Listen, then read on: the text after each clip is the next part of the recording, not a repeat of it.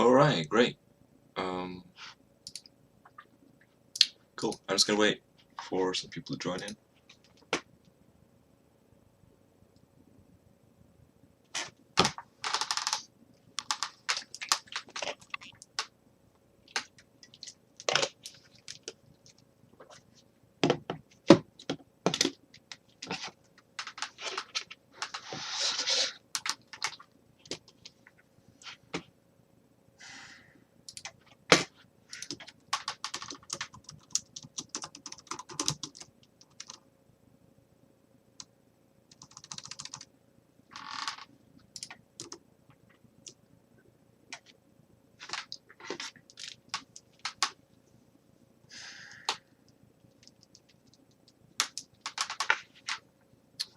Right, yeah, screw it. I'll just start. Hey guys, this is my second episode streaming for Pixologic. I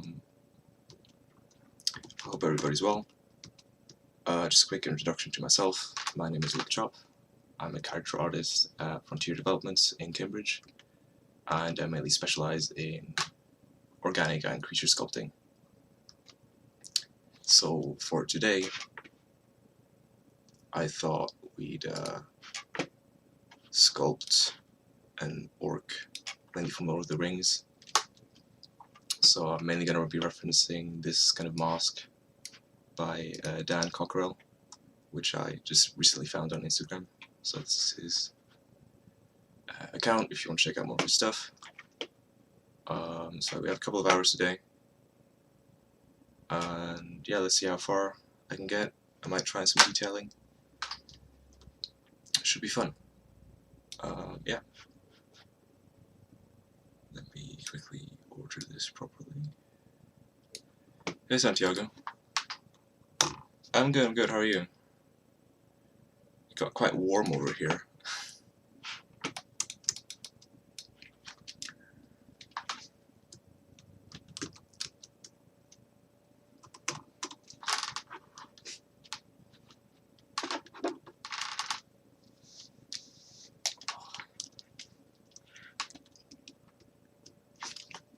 Let me turn on some music.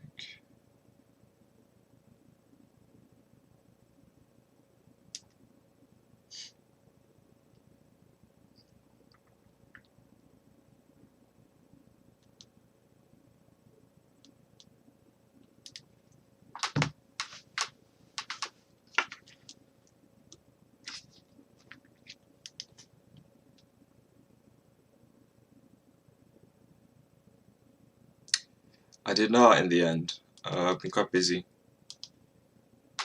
But if you want to look at it again, it's in my Instagram story. Thank you. Alright, yeah.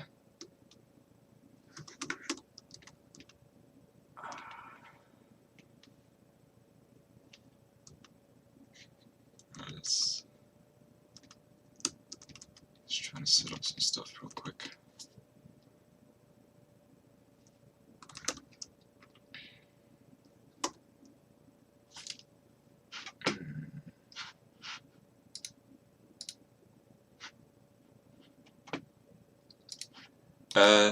Yeah. I only made some really brief modifications to it.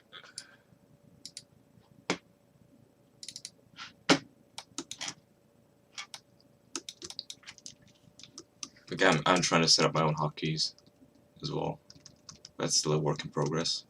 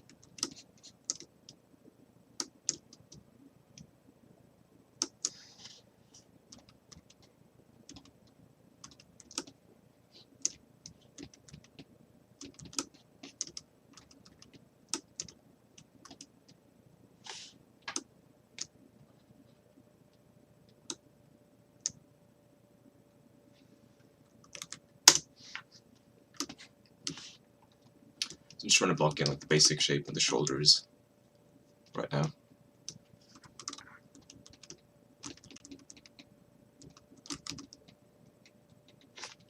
Actually, let me quickly do something.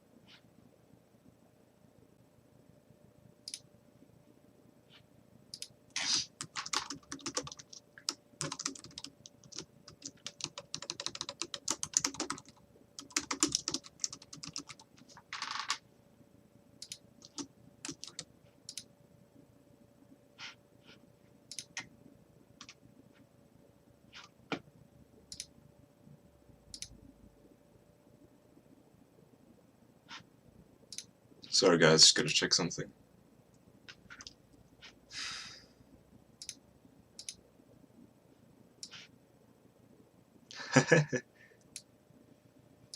Yeah. Right, great.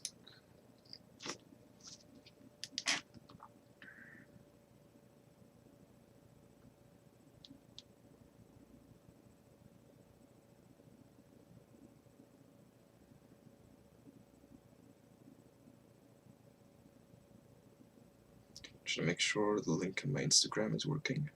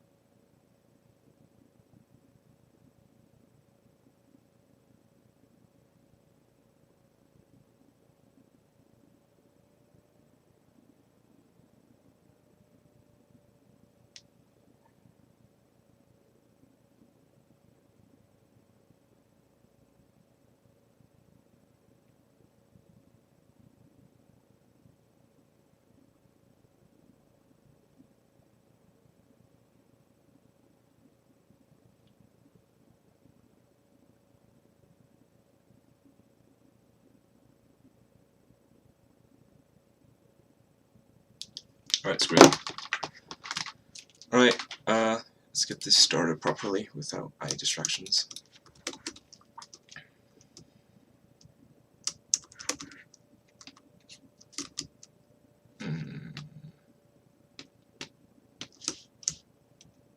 Alright, yeah, so I'm just gonna block in the end shoulders, since I'm gonna keep this guy a bust.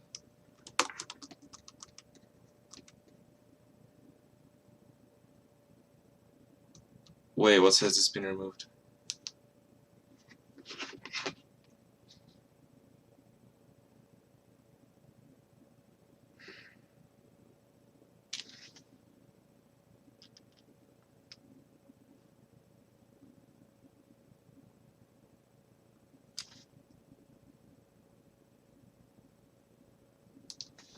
Works fine for me, I just checked, so it should be alright. If there's any issues, just let me know. Hey Shadow, how you doing? I'm alright.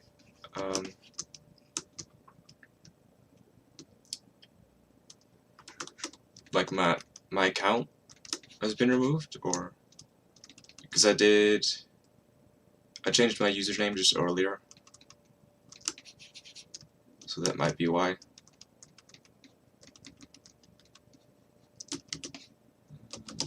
So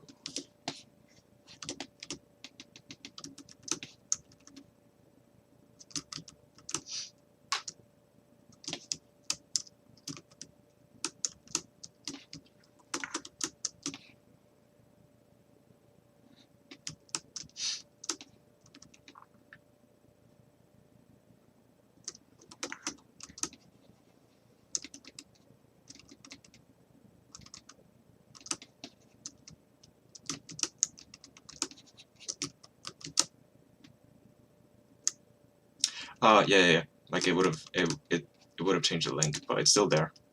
Like it should still pop up if you just search my name.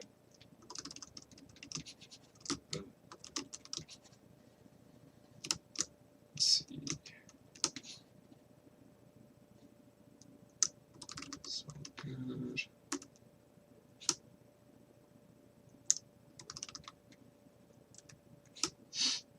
Just quickly checking some of my proportions.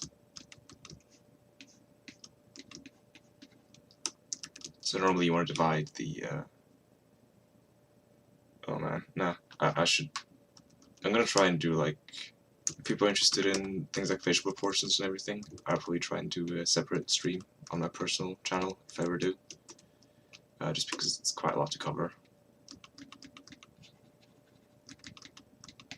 Because I think just trying to get this guy done within a certain amount of time, while also trying to explain like everything is going to be quite challenging.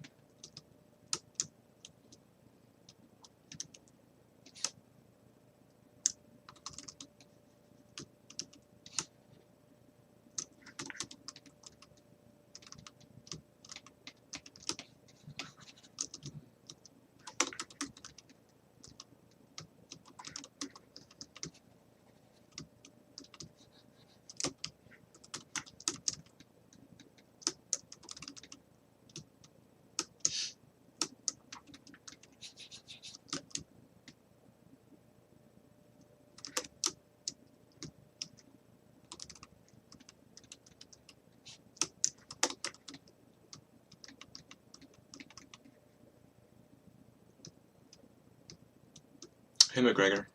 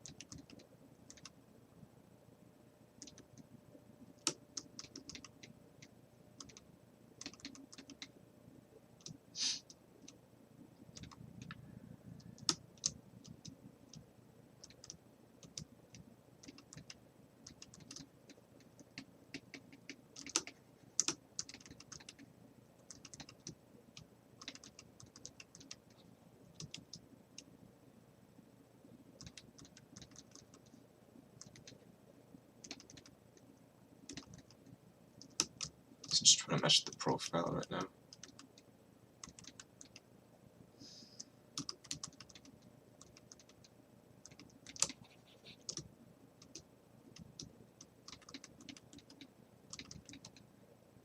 I'm not going for an exact copy of this guy, but I do quite like the overall design, the forms he has. In case you guys haven't seen it, I'm gonna be mainly kind of trying to sculpt this guy, but I'm not gonna try and go for an exact like likeness or whatever. I just think it's a really interesting design.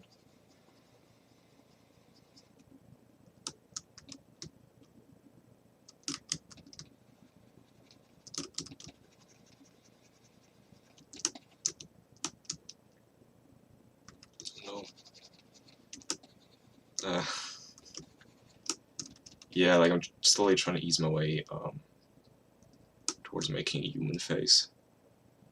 So last week was the Predator, this week it's an Orc. Then maybe next week it's a human.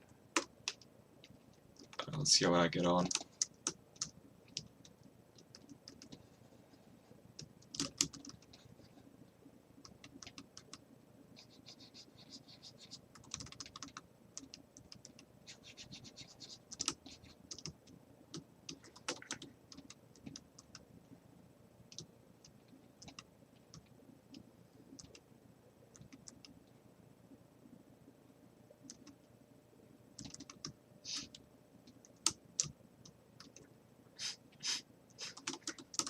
Looks ridiculous from the front.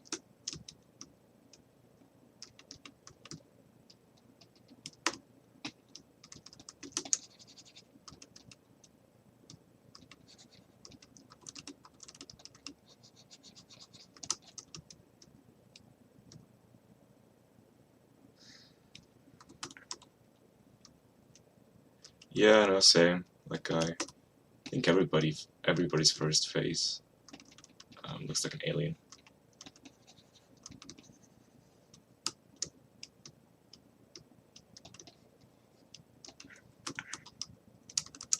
This guy has a very square jaw.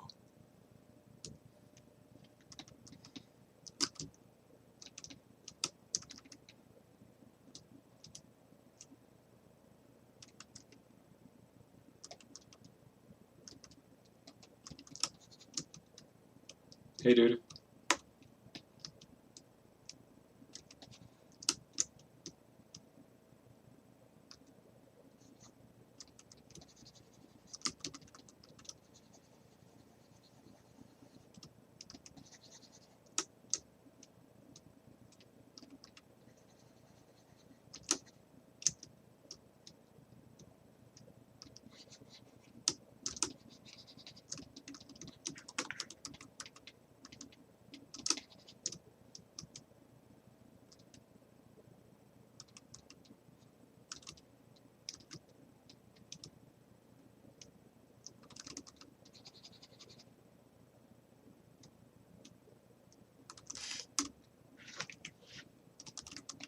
Yeah, but honestly, I've lost count how many faces I've made at this point.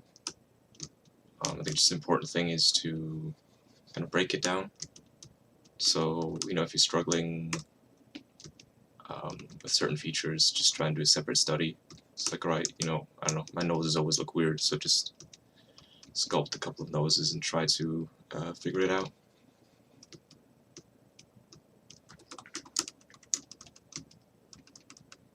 At least that's what I did. And it worked pretty good, so.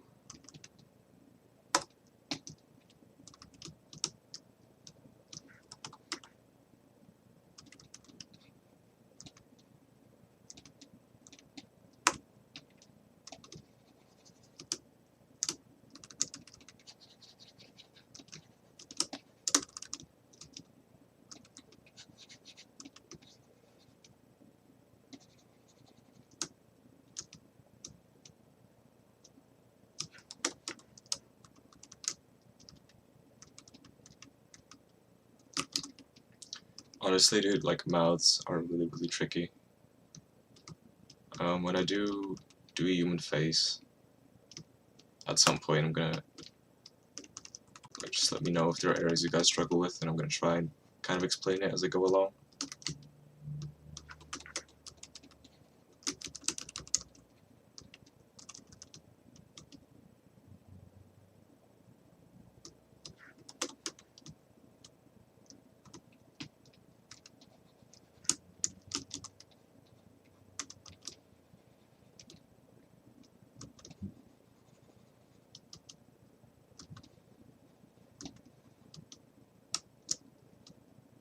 But yeah, this guy isn't really that human, so I'm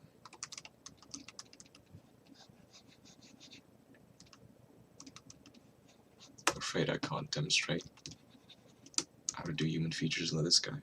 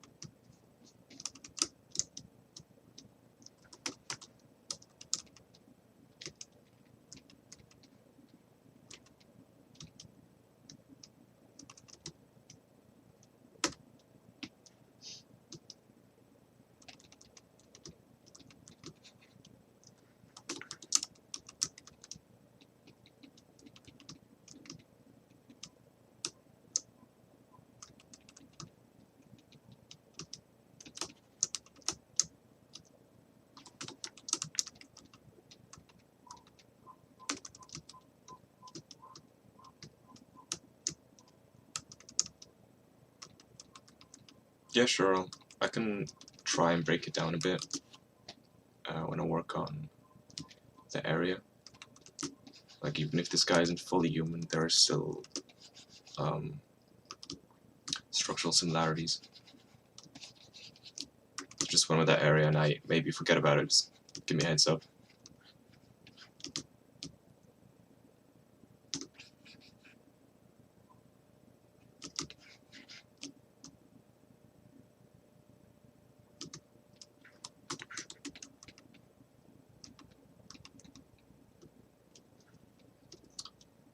Hey, Shosley.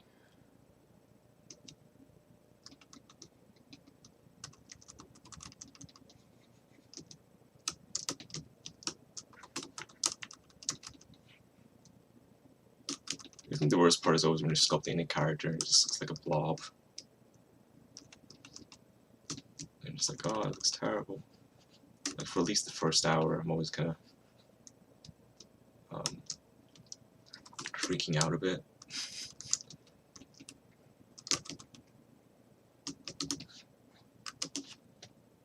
Give me the lasso tool, please.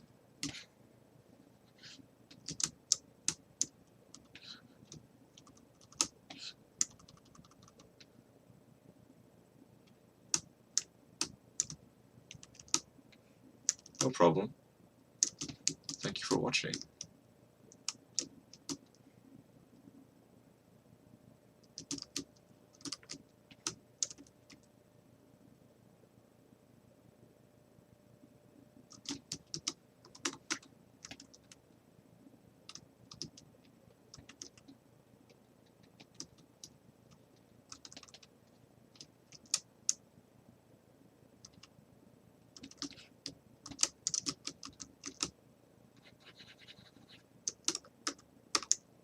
Yeah.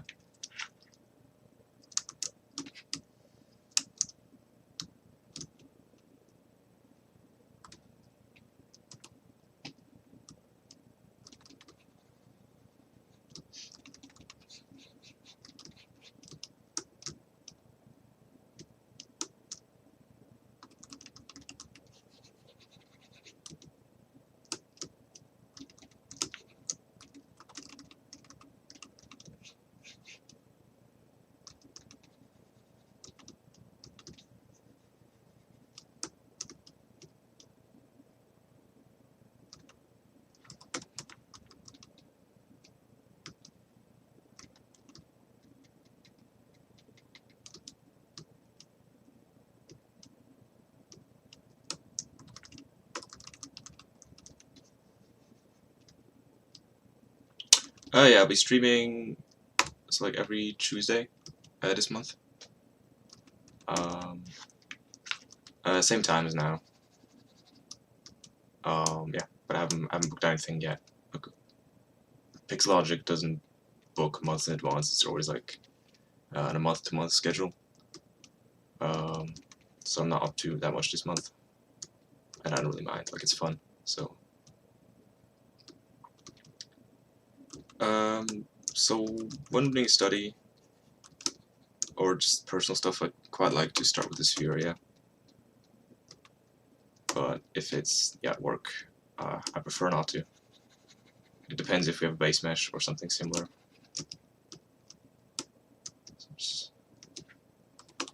Hey Alex, I'm good. Slightly too warm with the sunny weather we have here. But otherwise, I'm fine. How are you?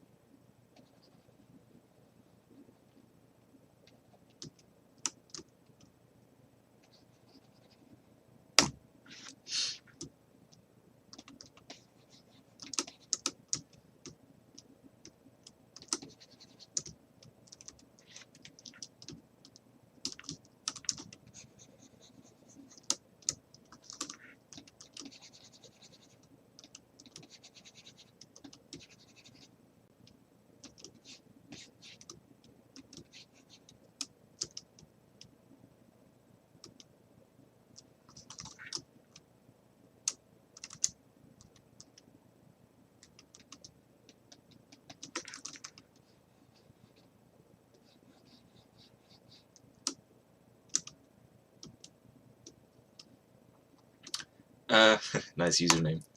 Calibrimbor. I am using reference images, so I'm using I'm mainly referencing a sculpt made by a sculptor at Weta called Daniel Cockerell, which is this guy. So I'm mainly referencing this, and I have these for general design, change design. What I do are just, you know, ideas and shapes. But I'm mainly referencing the top one. But I'm not sure I could come up with like a completely original design in this short amount of time. It would be unnecessarily stressful for me, I think.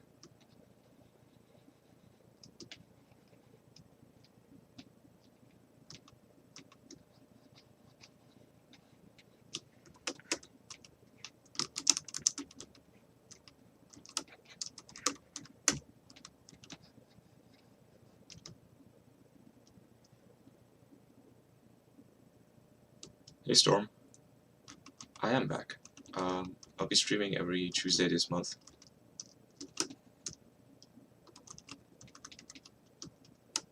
Hey man. Greetings.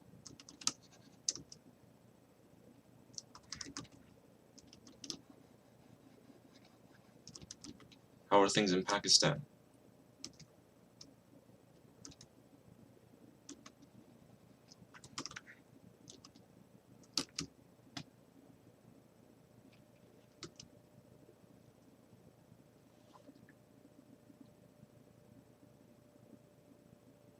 Thanks, man. I hope I get into some sort of a decent state by the end of the stream.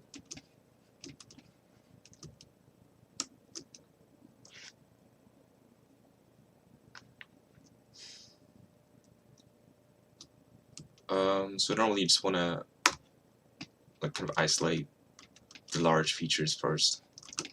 So, you know, like bone structures like cheekbones, and the overall shape of the head. Or, you know, like eye-sockets, cheekbones, kind of mask the mouth, like the width and everything. And then you can measure those kind of against each other. So you have like the corner of the cheekbone to, I don't know, like the, let's see, corner of the mouth. But I don't want to get too caught up in features right now. Ooh. Yeah, like it must be really hot there. Like, I mean, I'm already kind of freaking out, and it's not even that warm over here, so I can't imagine what I'll do if I would be living there.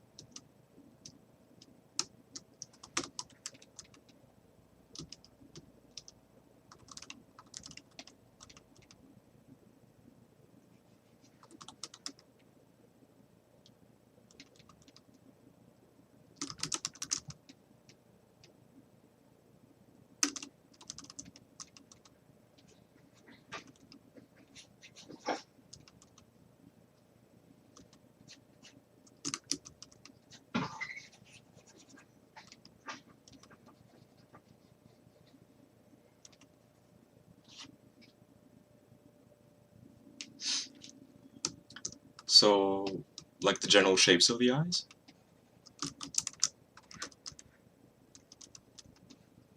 So I normally just use Marmoset, but I sometimes just can't be bothered to render stuff. I enjoy more the sculpting part, so I end up just kind of posting viewport stuff. But if you are talking about the renders I have on my ArtStation of like the hands and the arm, those were rendered in ZBrush and then composited in Photoshop. Oh, hey man. Thanks. How are you doing? It's nice to see you here, man.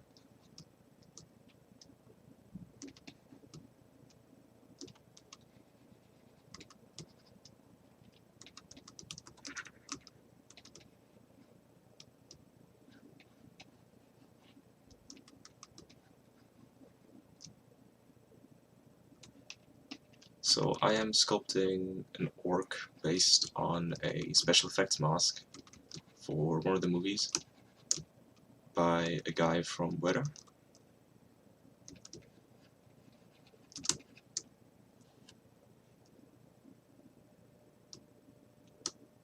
Yeah, you know what, I can just show it now. It's not that big a deal. So I used to use clay buildup, but I didn't like the stepping and everything. And the alpha is quite hard, so all you literally have to do is modifiers, you put the roll distance to 3, which gets rid of all the stepping, and then you go, I think it's alpha 6. So you have that, and then you just blur it by like a lot. And you got the, like it's not the big a deal. Yeah, it's basically my brush. It's very, very simple.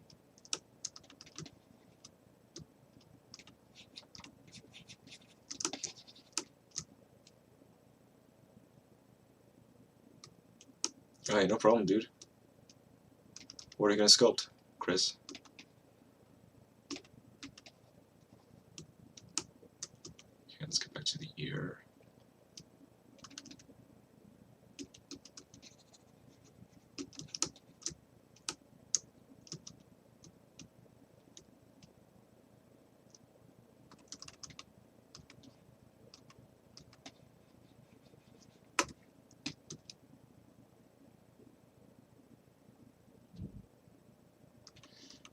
So I've tried clay brush a couple times. I personally am not really a fan of how it layers onto itself. To me, it just feels awkward. But you know, so I just kind of prefer clay buildup, since I can kind of just, you know, I can create kind of soft masses while also making things plainer. So, you know, like this.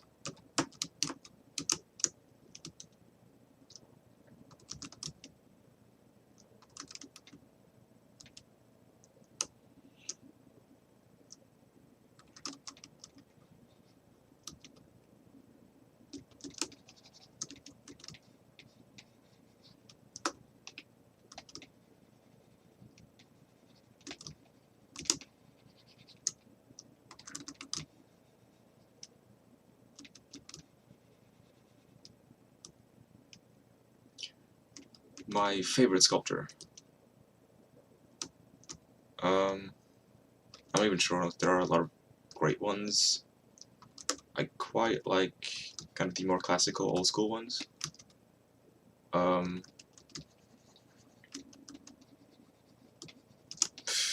Dude, honestly, there are so many great ones. Like, if you want to talk about people that are currently out there that I find really inspiring,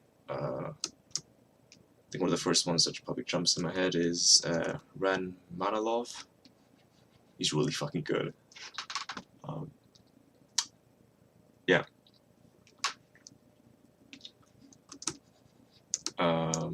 So, you know, like, you have Ran Manilov, you have Glaucolongi, which is also really, generally really inspiring.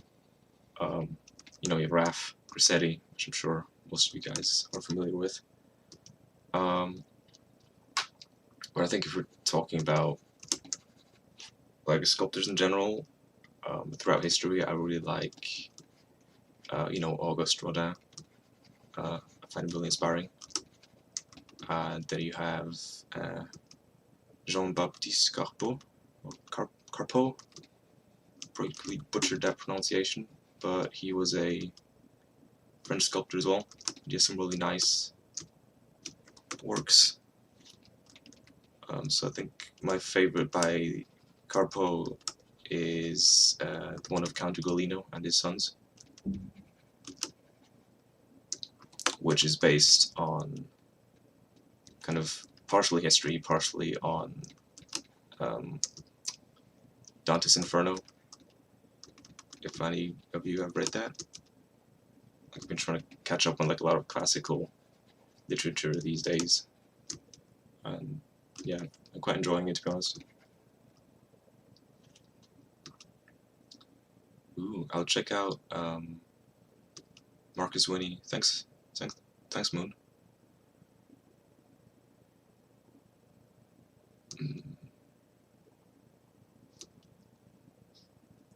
Modifier setting you just showed, but it's blacked out. Like, wow, where's my brush? Stroke. So here, like all you need here is the roll distance. They need to change. So if you look at my custom one, it's literally at 3.2 or something.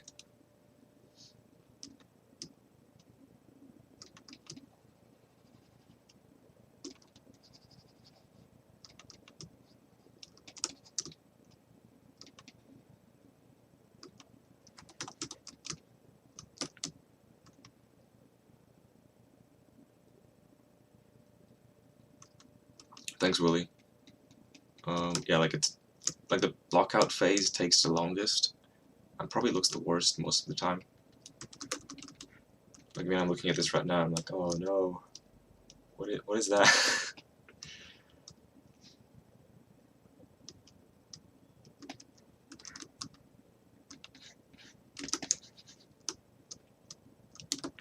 Here we go.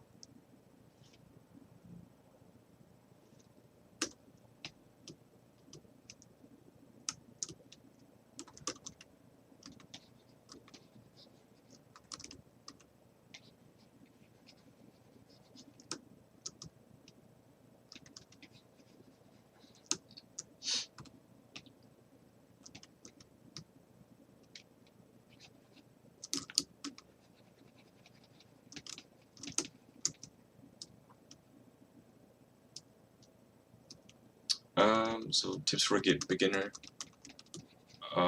Try to learn the software properly. Will be probably number one. Then you want to stay, simple in terms of your sculpts. You don't want to just jump right into detail, which is a common kind of beginner mistake.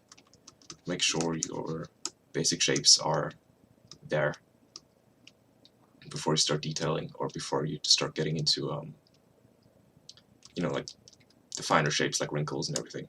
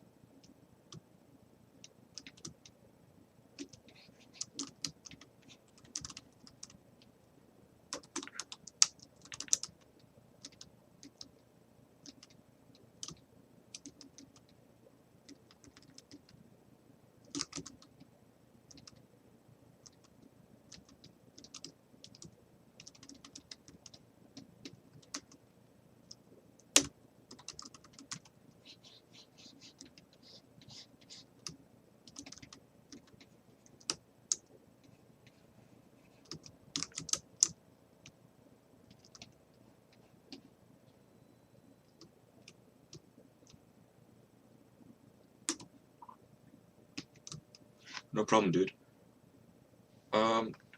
So I have sculpted traditionally, like, not really, to be honest. Like, I don't think more than anybody else is in their life.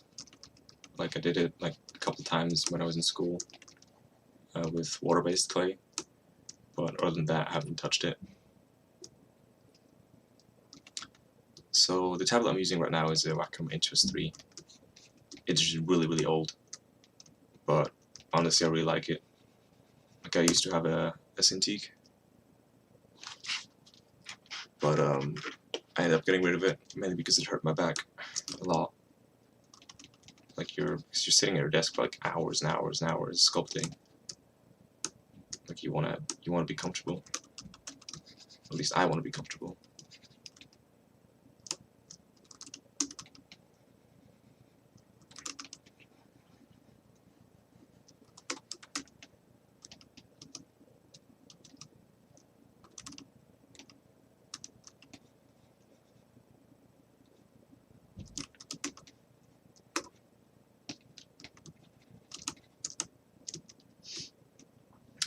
No, I don't do 2D. I just work in 3D all the time.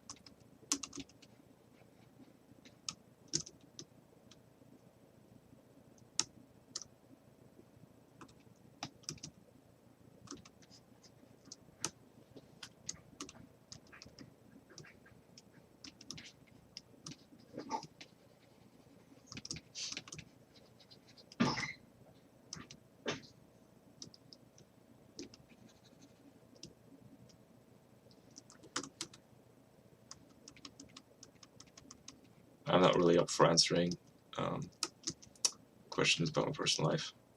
Sorry, dude.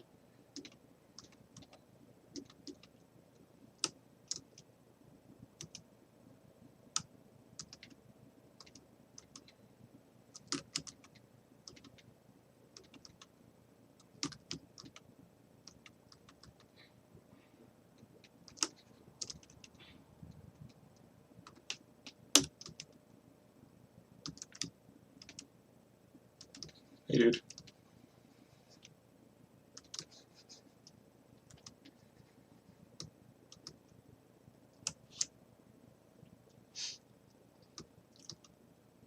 Yeah, I'm fine.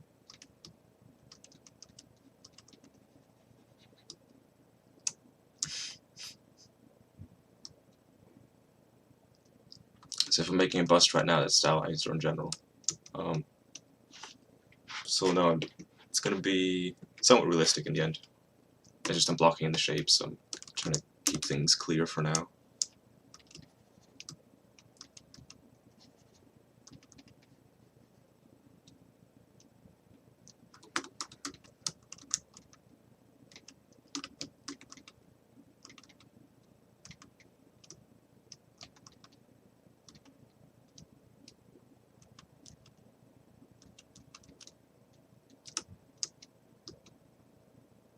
The weave brush. I don't know, I've honestly never used it. There should be videos on it somewhere, but I sadly don't know how, so sadly can't help you with that.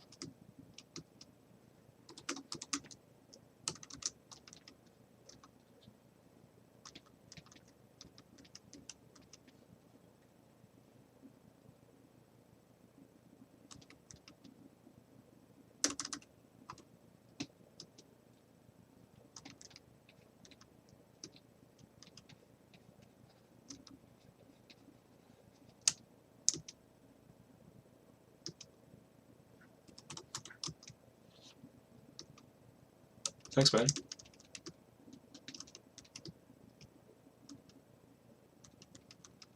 It's funny because I think for a while I actually used to sculpt with a mouse. It was like years and years ago when Pixologic still had sculptures.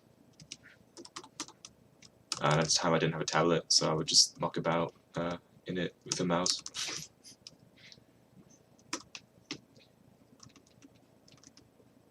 And it kind of turned out how you would expect.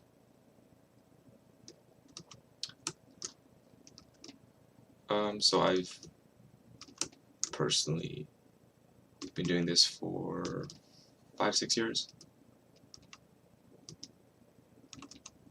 to some extent it's kind of up how you study and how frequently. So I don't think I can really give you a concrete answer as to how long exactly it will take to get to a certain level. But there are too many variables. My first ZBrush sculpt. I think that was like kind of a weird alien with like 4 eyes, like a crown. I might have a picture of it still somewhere. So I don't know, I'll have a look.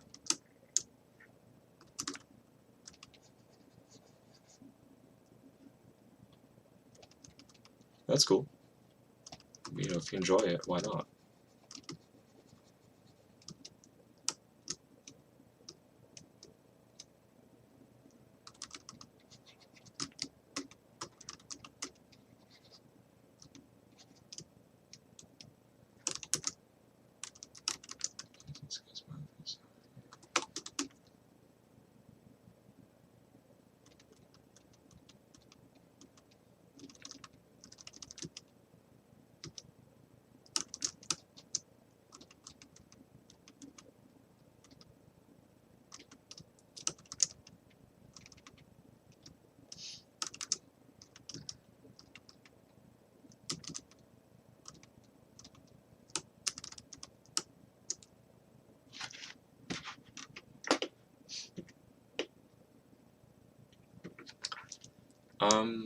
How much time do I spend in ZBrush every day? That kind of depends. So, you know, I don't get to use ZBrush every day at work. You know, absolutely ideally, at least 7.5 hours a day. When, you know, I have nothing else to do at work, like no other tasks. Worst case, none.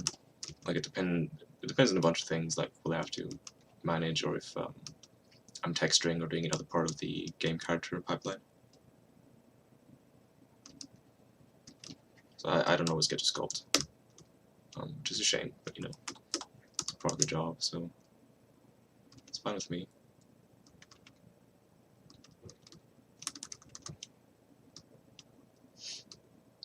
Oh yeah, like I literally just subdivided the Dynamesh itself. Like I'm gonna do a clean zero mesh later, but not right now. I'm still trying to lay everything in. It just kind of helps sometimes.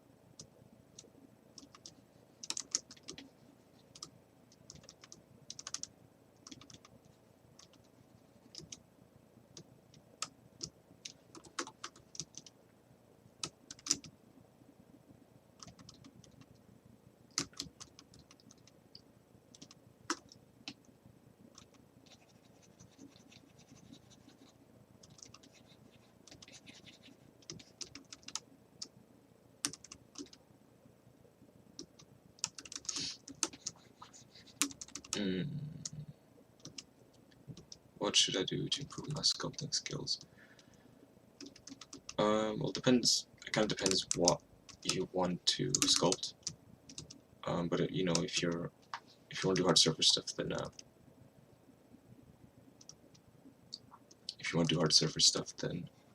you know, you want to do kind of hard surface studies.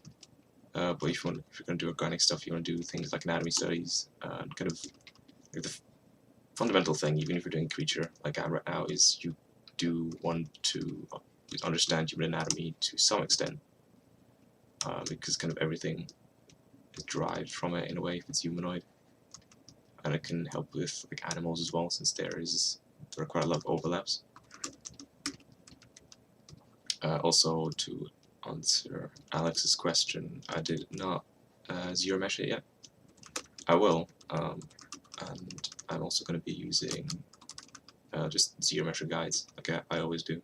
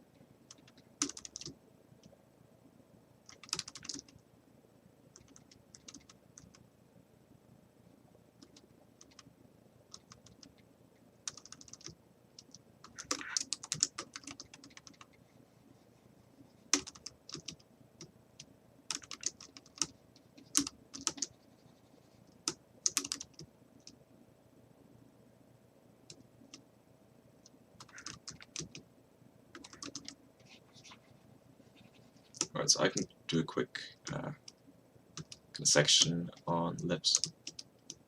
So if you're doing lips, you want to kind of keep certain shapes in mind. So the top lip is basically kind of like an arrow, like a bow, sorry. Where you kind of want to go for the shape. And the bottom lip is, I don't even know just how to describe the shape, to be honest, but you want to have these two angles, right? And then the top lip has basically 3 volumes, and the bottom lip has 2. This is going to look terrible because I'm rushing it, but basically the basic principle of it is that on the top lip you have 3 volumes, so you have the middle one, then you have one on this side, on each side, and then on the bottom one you have 2 volumes, which kind of center around here, and they kind of taper off. These lips at their most basic. Also looks quite odd right now. In general, I try to not do refined lips until I have something zero meshed. So you're gonna see me later. I'm gonna try to do this properly, and it should hopefully be a bit more insightful. Go away. No.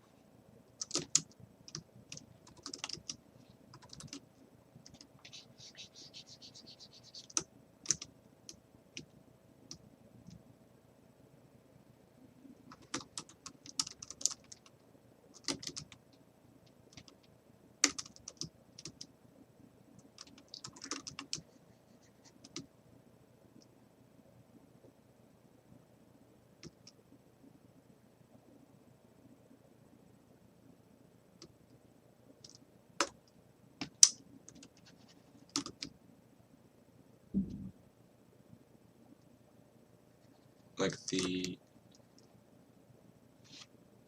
modifier is already activated.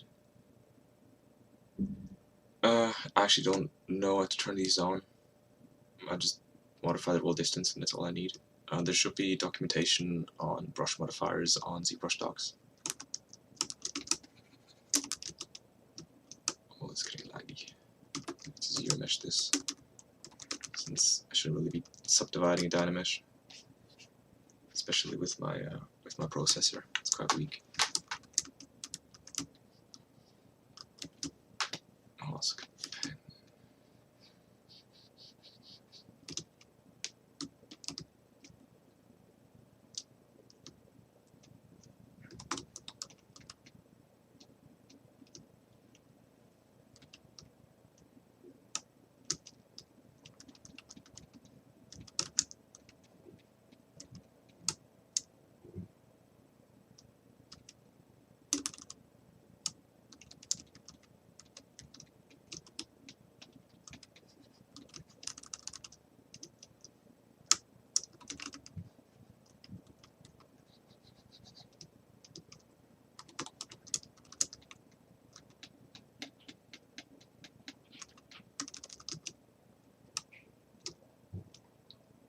Oh, so the tablet I'm using is a Wacom Intros 3.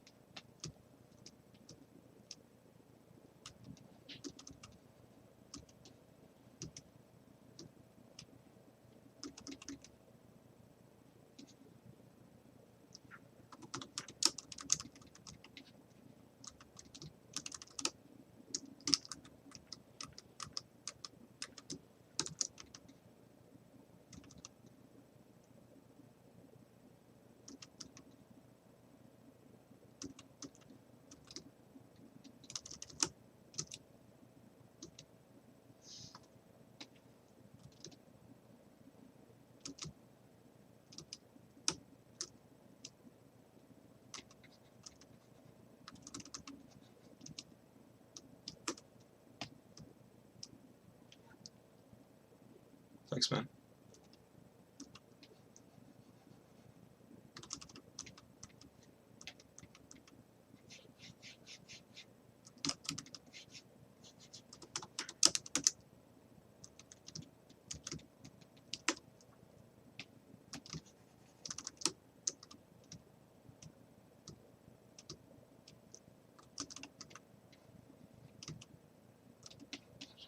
default block data here for now.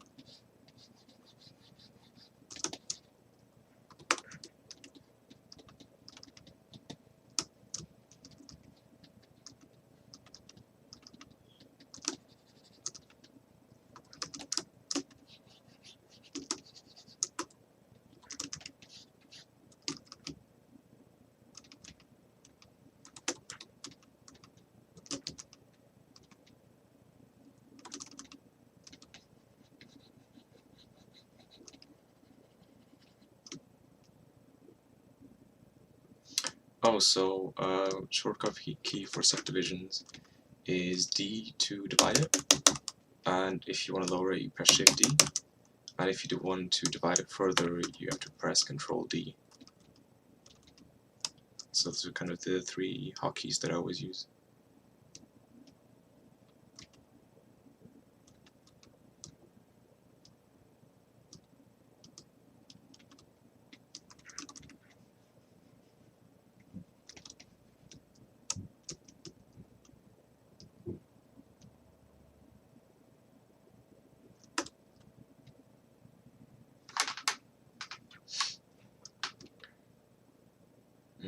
I'm not sure what you mean. Do you want me to just connect it like this, or?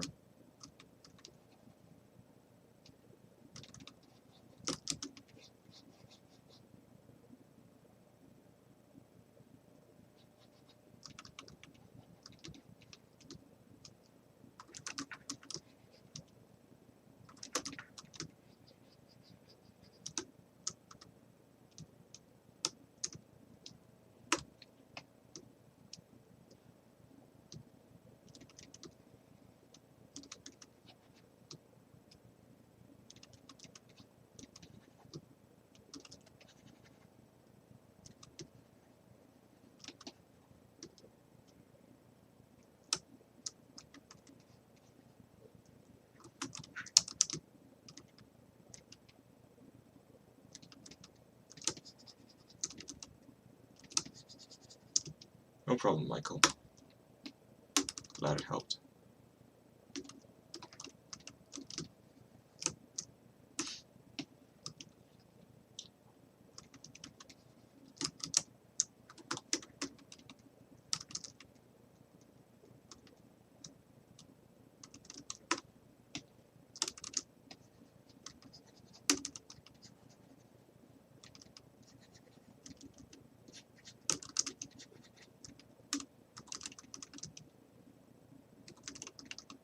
So I've been using ZBrush for a couple of years now. 5-ish, I think. 5, 6. I keep losing track of what year it is, to be honest, at this point. But yeah, I'm using a reference. Like I'm going to show it again at some point. But it's basically, I'm basically basing this off a mask one of the sculptors at Weta did for Lord of the Rings.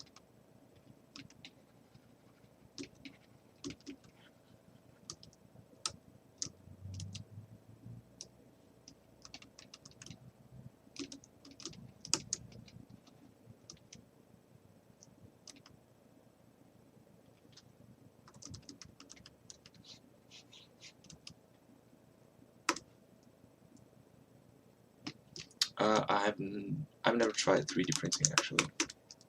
Something I might want to try in the future, but not right now.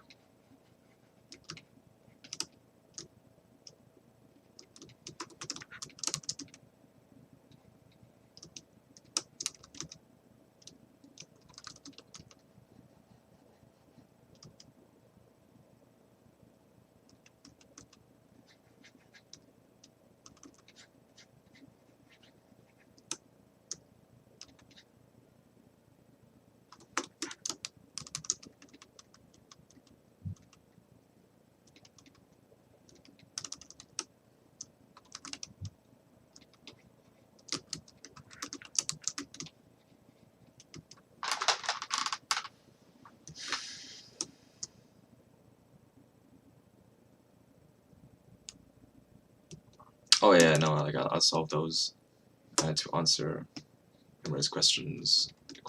I'll solve that in a bit when I zero mesh it. So don't worry about that.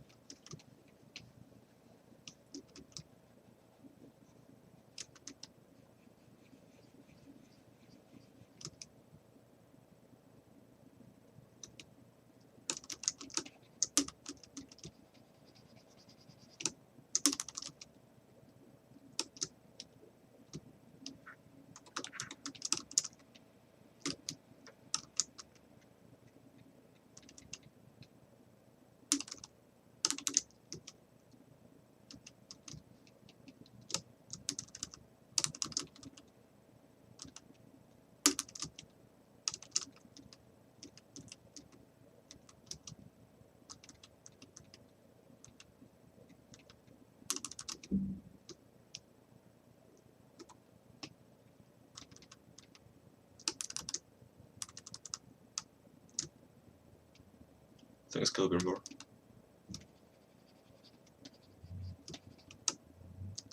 Do you have any experience with printing?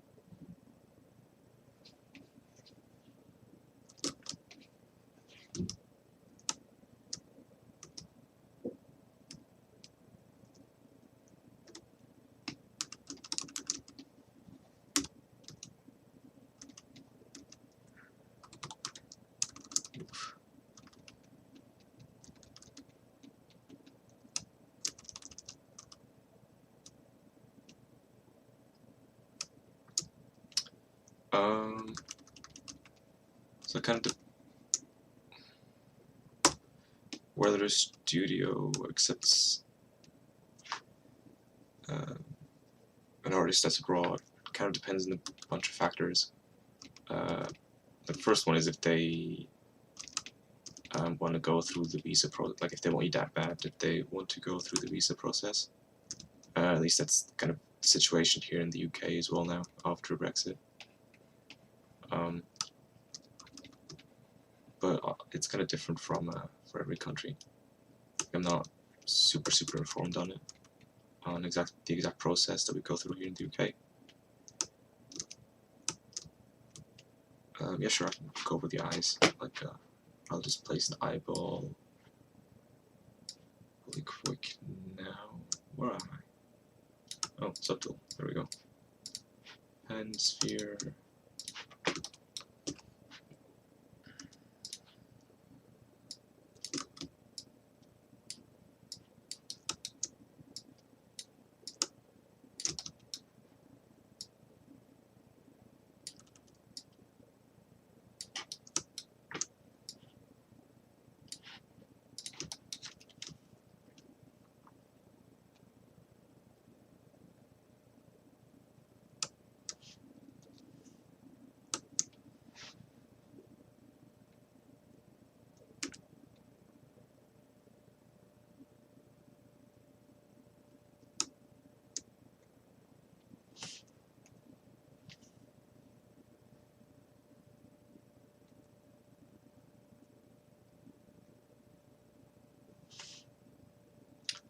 So my previous stream with the Predator should be on the, like, just slightly further back on the YouTube channel.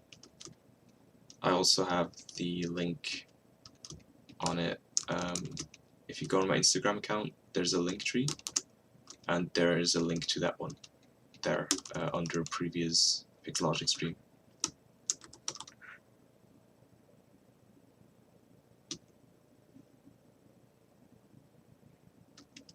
But if you just mean the model itself. It's a my Instagram story. Like I haven't properly posted it, except to my ArtStation blog.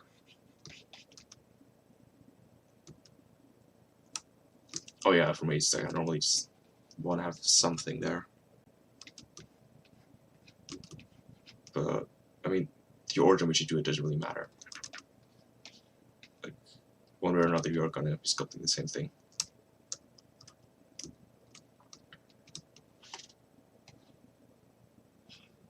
Let's see. No, mirror weld.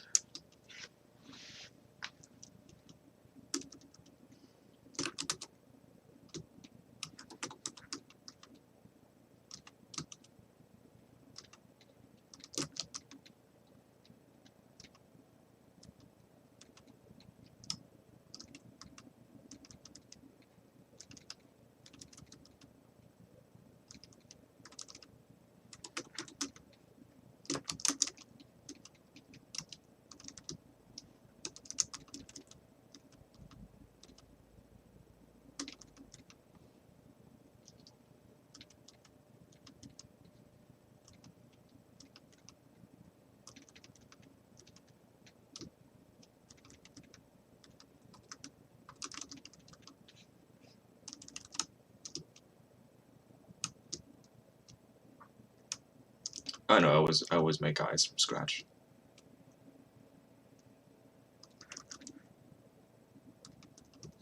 Thanks, Alex.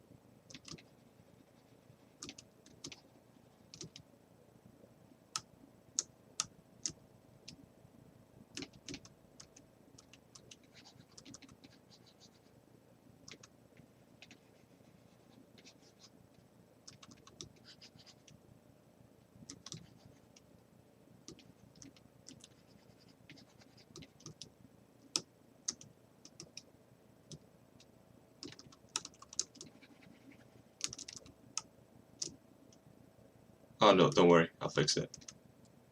It's just a placeholder.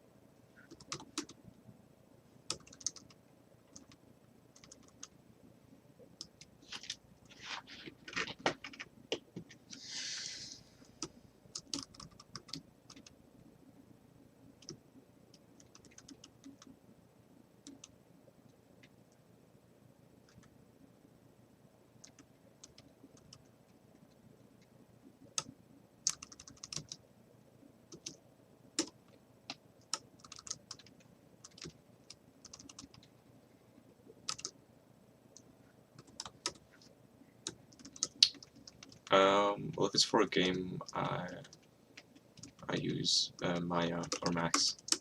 There are like tons of applications. If you want to manually retopologize it, ZBrush does have a topology brush. Let's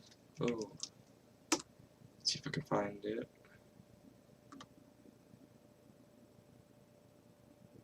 Oh yeah. So if you want to manually retopologize stuff in here, it's like you can draw it out and do squares. If it's a small piece, but in general, if you're doing it for game, it's better if you do it in Maya.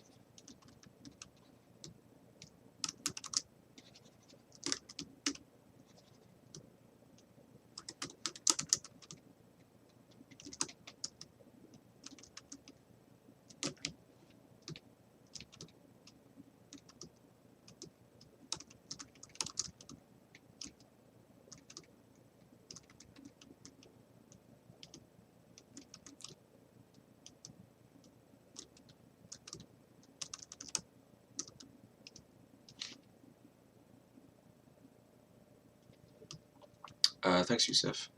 Yeah, honestly, I do all the time. So one thing I just have the habit of constantly doing is just jumping between subdivisions like non-stop, because it gives me more control. And another thing I do is I change my brush radius all the time, to which the shortcut is S. And funny thing, what happened on my work keyboard is basically the S key kind of broke. Well, it didn't break, it's just like the because the letter S on it just kind of got worn off, so it's just a black key. Because I just kept spamming it.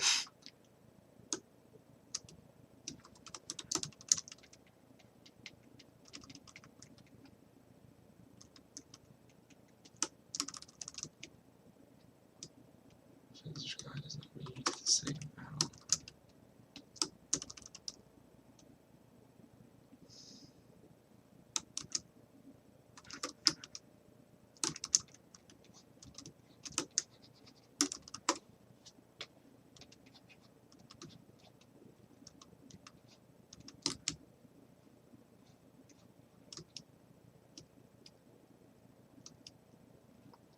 Oh yeah, it's normally to adjust bigger shapes, like it makes it easier to create forms that are clean.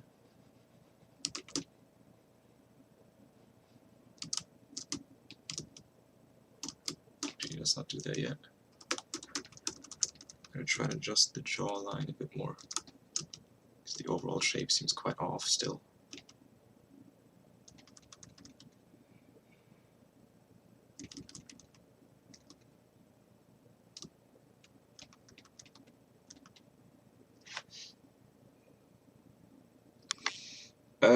Yeah, I've done lichens a couple times. I'm not really trying to do it that much these days, mostly because it takes up a lot of time.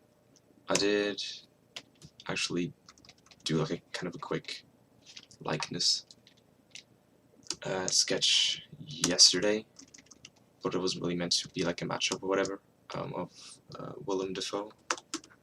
If you want to watch it, it should still be in my Instagram stories.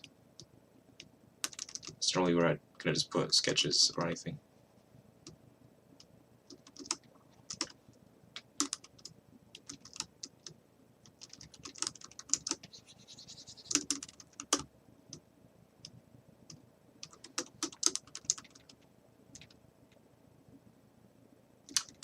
Oh shit, hey, how you doing?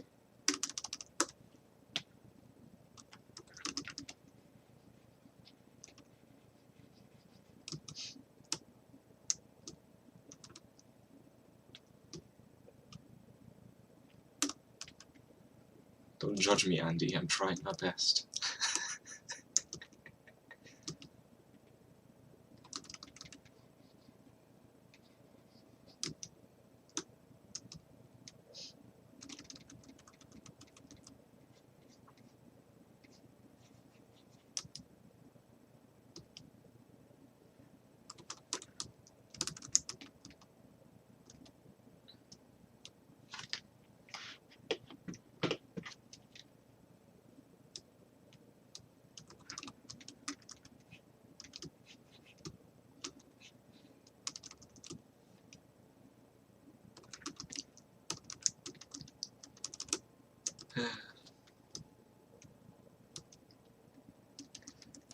That one took about 4 or 5 hours.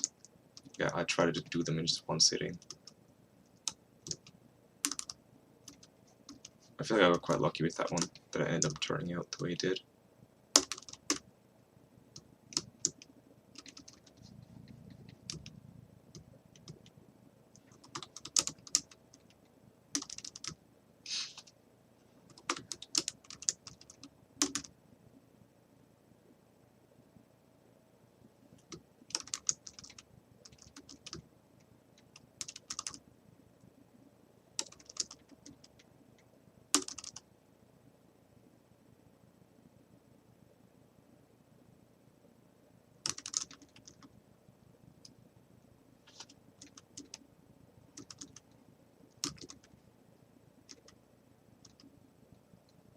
Thanks, dude.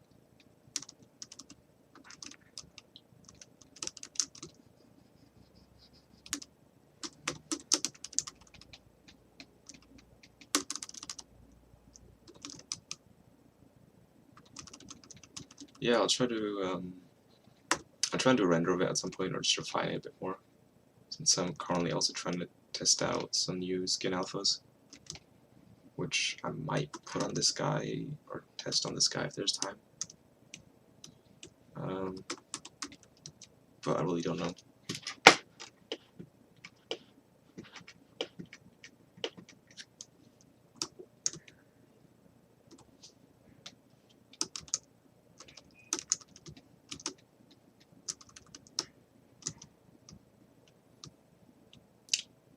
I used to not really be a fan of Retopology and UVs either, but you get to appreciate it because there are when you're working in games, there are tasks that are worse than that, believe it or not.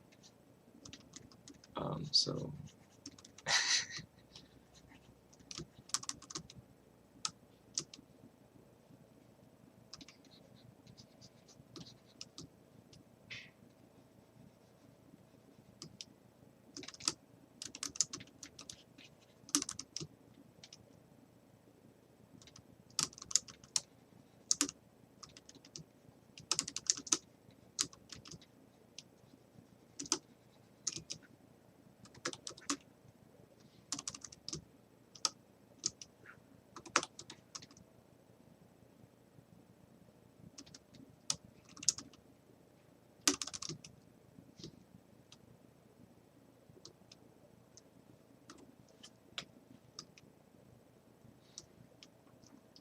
so I've used like text XYZ and stuff. I'm currently trying to just get better at it with alphas, or just actually do it with alphas.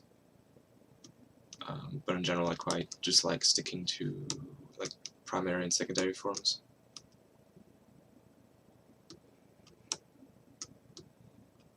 Oh, like I thankfully don't have to program. Like I can't really talk about work, but there have been some tasks where you just like you're like, oh man, I really missed doing Retopology right now.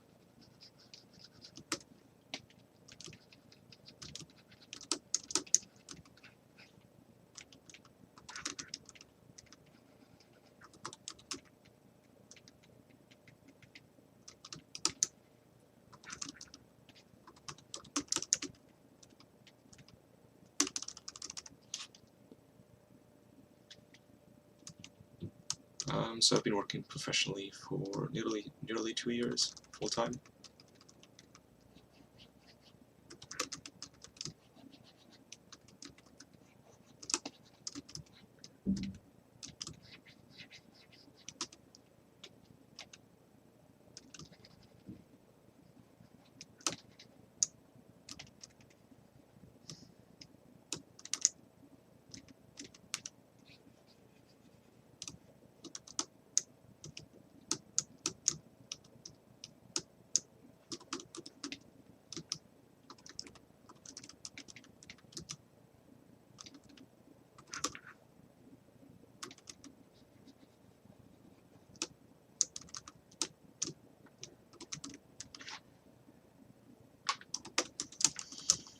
Trying to get some of the aggression back that's in the original sculpt of this guy. It's quite angular.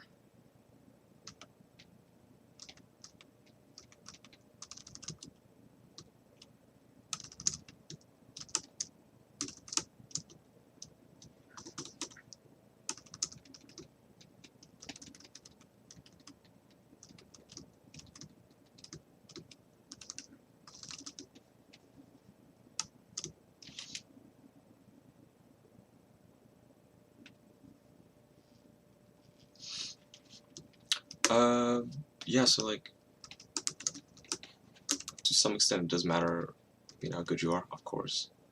But if you don't get a job immediately, that's like, it's still pretty normal. Like, I was struggling for quite a bit.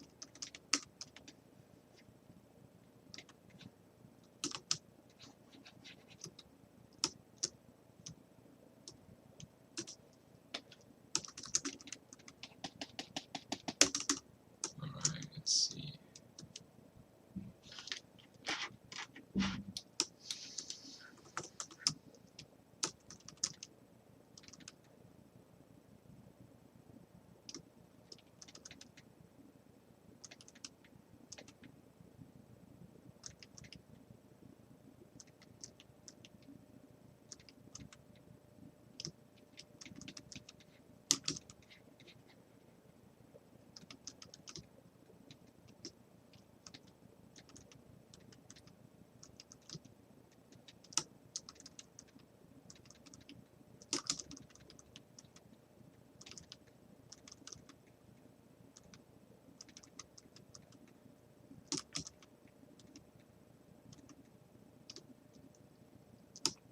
So I'm 22.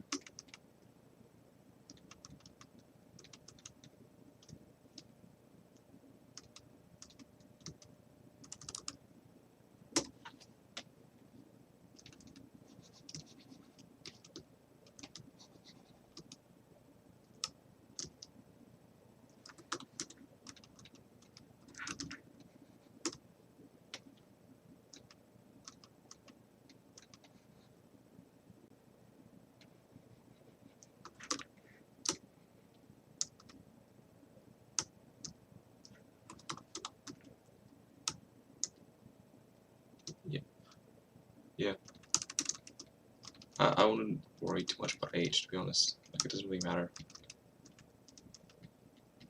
I think people think about it way less than you think.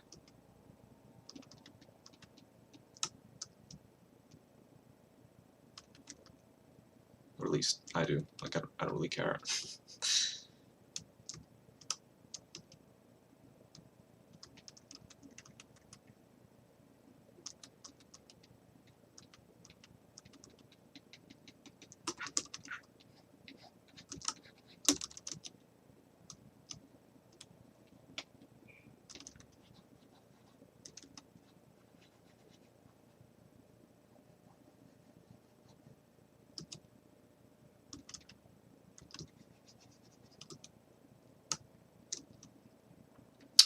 So I work in games.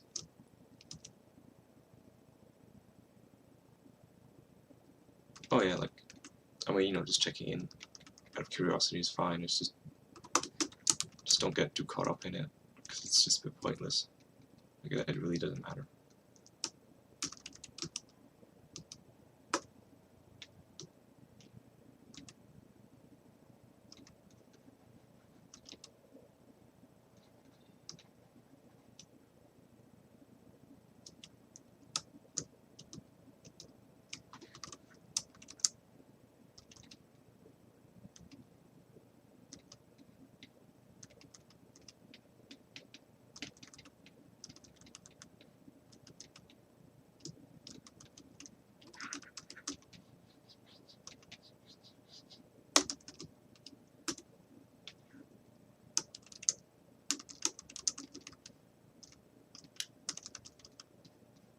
Well, you know, everybody kind of goes at their own pace, so.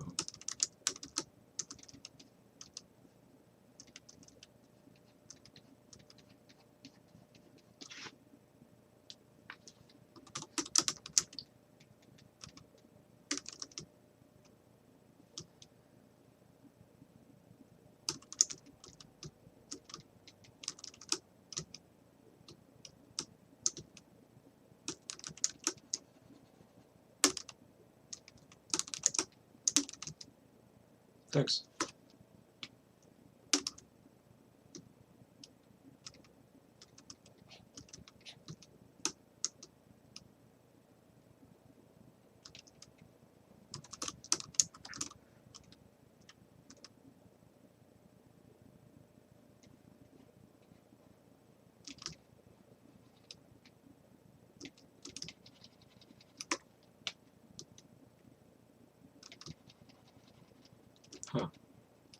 I actually didn't know that.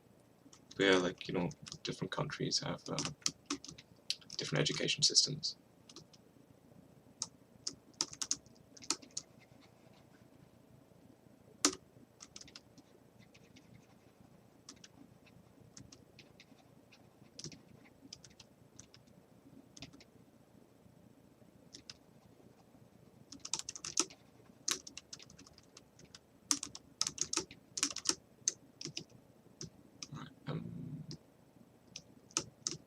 So I think I'm gonna zero mesh this guy in a second.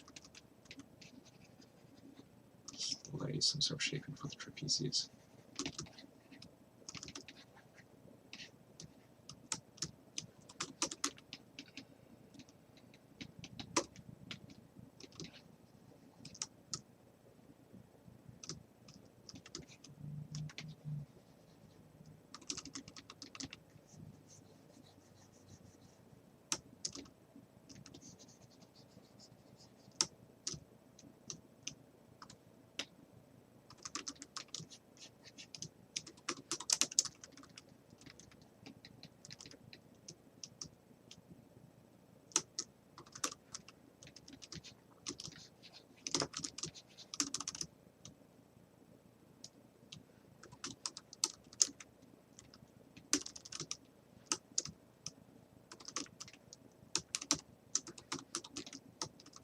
Hey Matteo, how are you doing?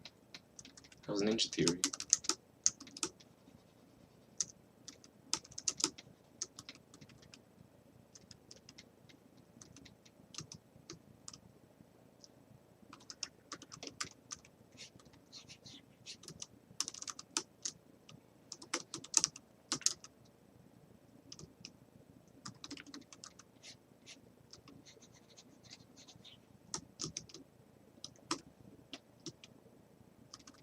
Oh, nice. Hey Henry.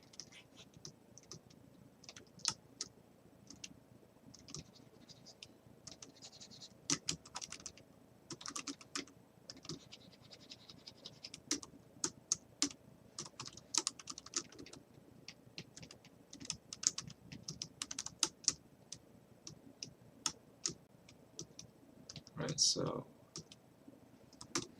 that from views. Whack.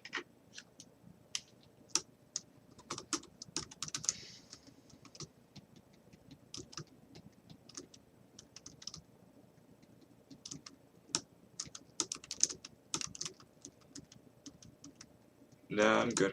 I can go for a couple of hours.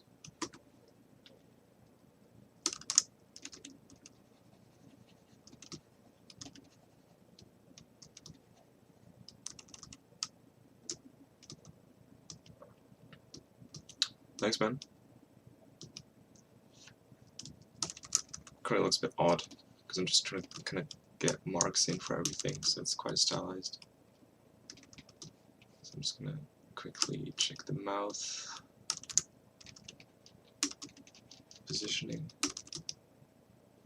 Then I'm gonna zero mesh it, which will give me like a lot more control over the shapes and everything. And it will look a bit less kind of inflated and stylized.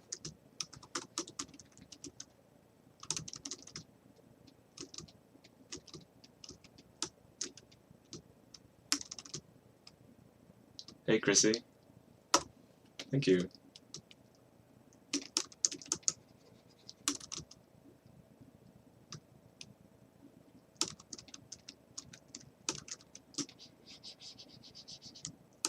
Let's see how it works.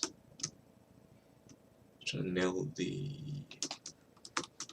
width of this down.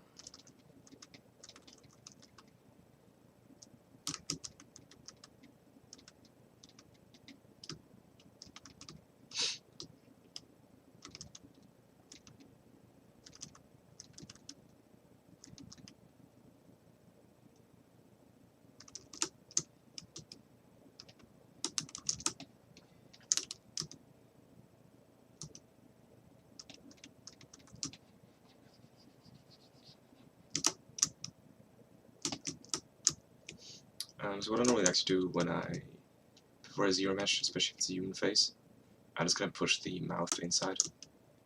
So later on, you know, like actually have a gap between the lips, and it's a lot easier to work with. And if you want to do expressions and everything, like I can place the teeth inside. So I normally just do that, and then another thing, which isn't really that important on this guy, I guess, is there's normally a fold you get above your eyelid, and it can help. It can help to, if you push it in before zero mesh, so you don't have to awkwardly sculpt it in, and you actually have topology for it as well. So I'm just gonna do that real quick.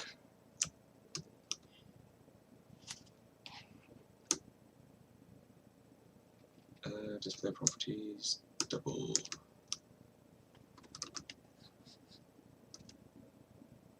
There we go.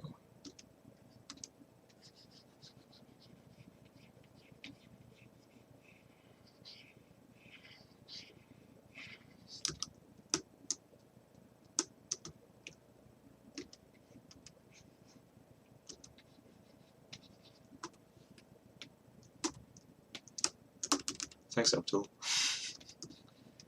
I'm very humbled.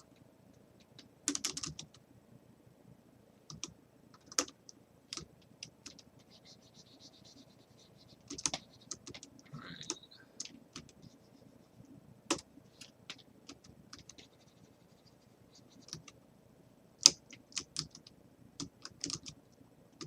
So I'm just gonna grab this fold now. This seems alright placement wise.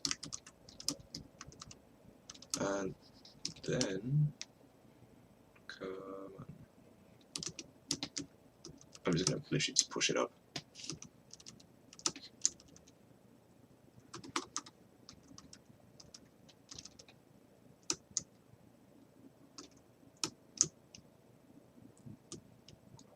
No, just the head. I'll see how far I get today. I think in general I'm probably going to just do a new sculpt every stream, unless I really want to keep pushing one, just because it keeps things quite fun.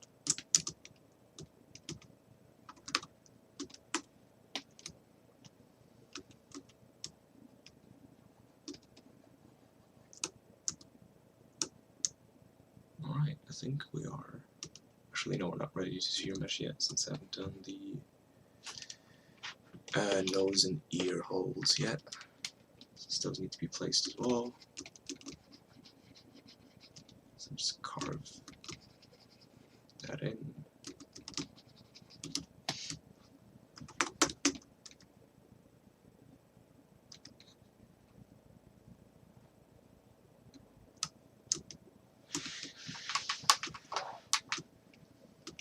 And I'm going to do the same for the nose.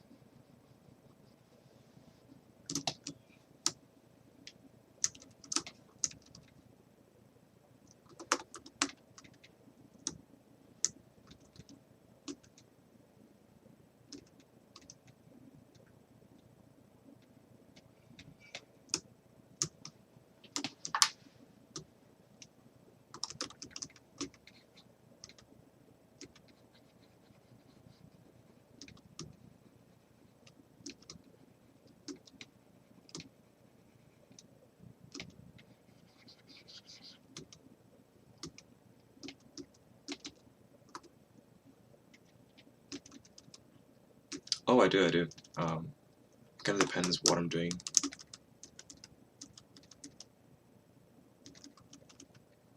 Let me just push these cheekbones up a bit.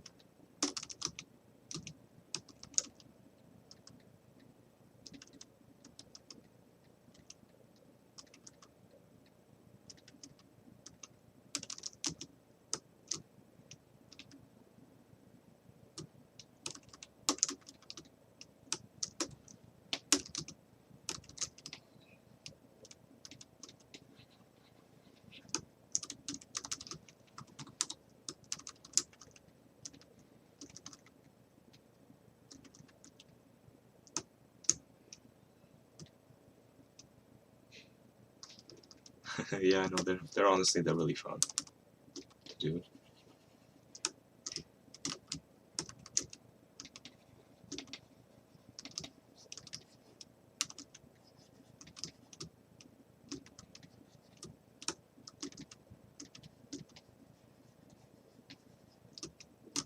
Wish I could do that.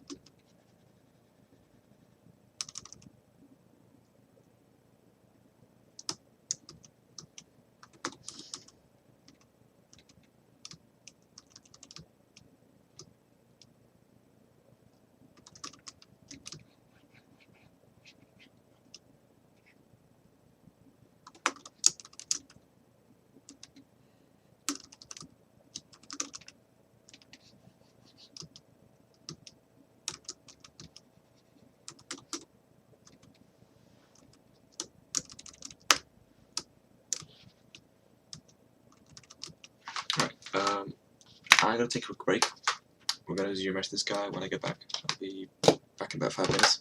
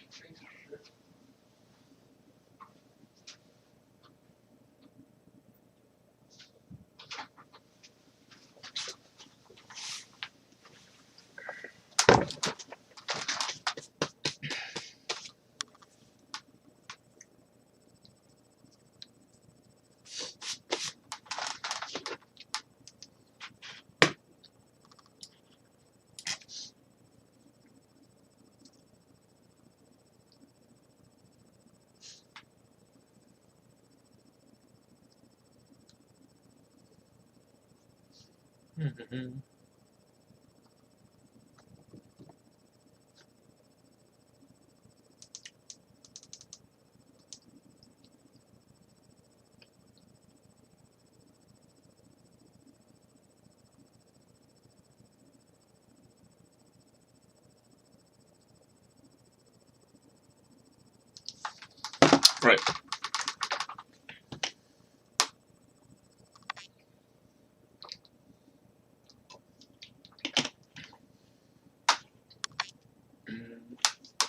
I'm actually not sure how to answer that question.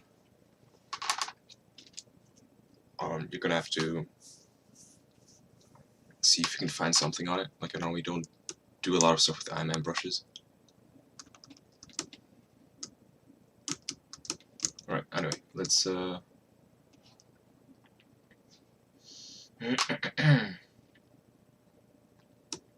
let's zero mesh this guy.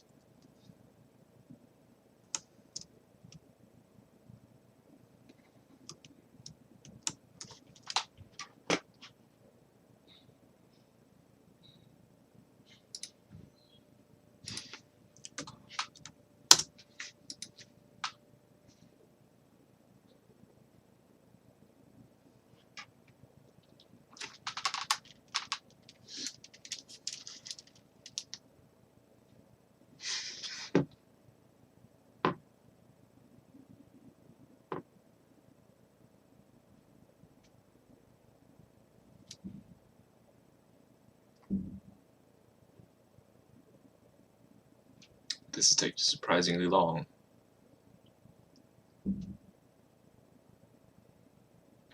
Actually, wait, I didn't place my guides.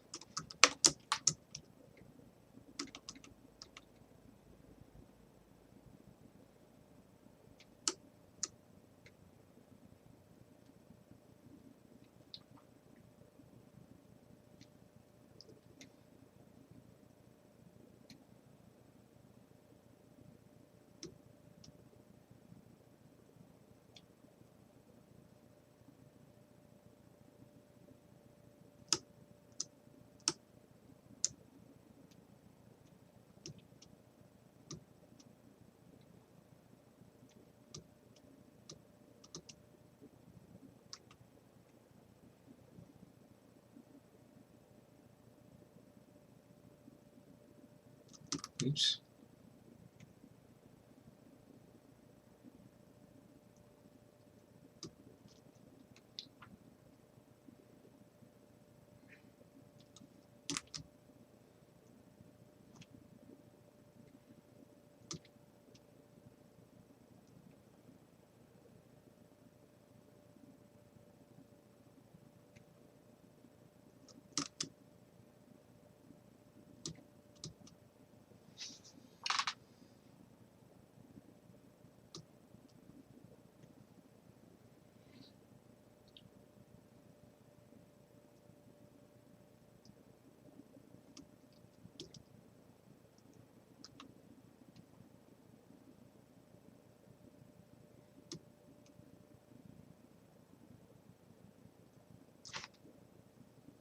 Oh no.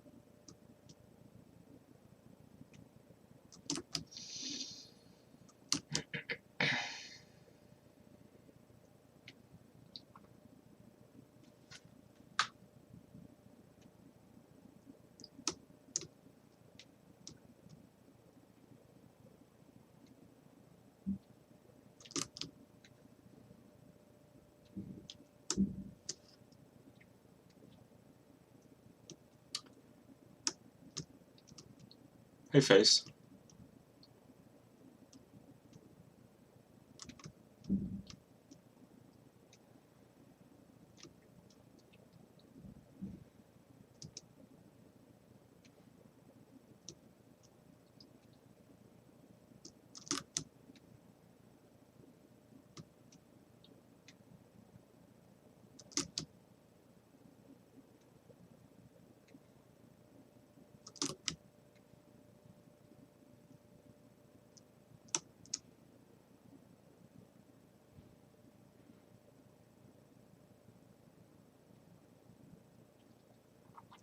So I'm sculpting an orc right now.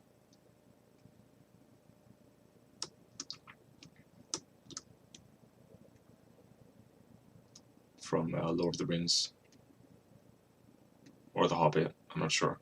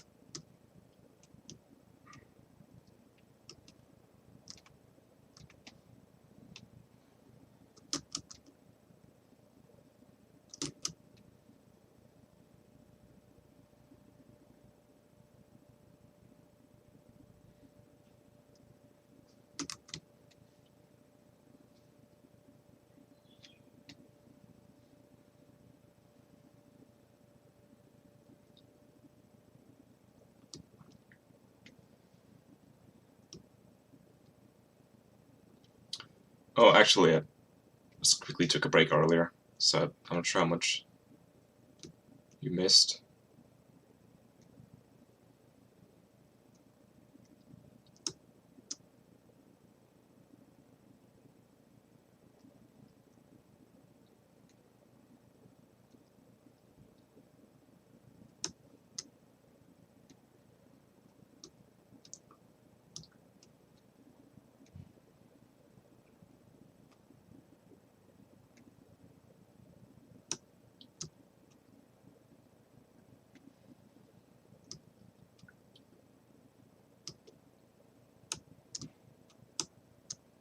Alright, let's see.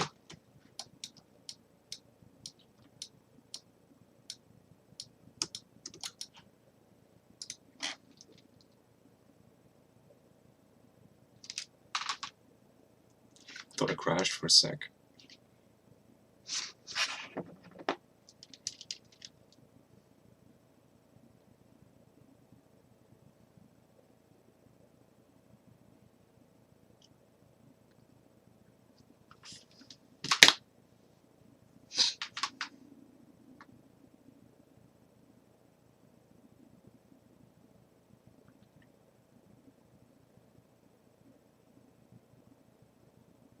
True, probably should have. Be fine. I'm not sure why it's taking so long, actually. I swear to God, if it crashes now, you're gonna say that you told me so.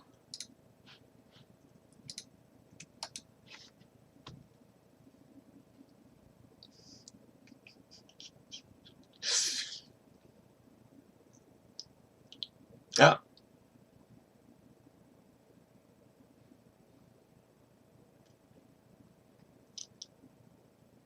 Amazing.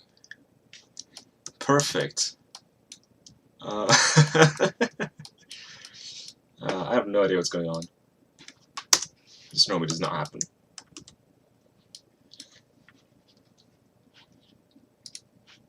Yeah, the stream is finished. That's it. It's the final result. I'm really not sure if I did something that... I mean, I am using poly paint, but it normally doesn't take this long still. I like to live on the edge. I never save my files. No, actually, I didn't even save this today. So I should do that. There you go. Done.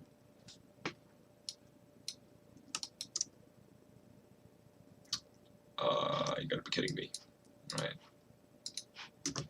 Let's undo this. And divide.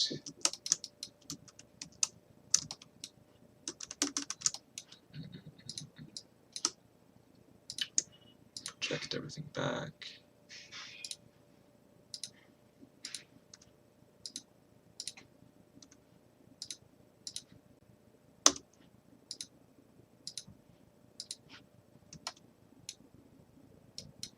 Right, great.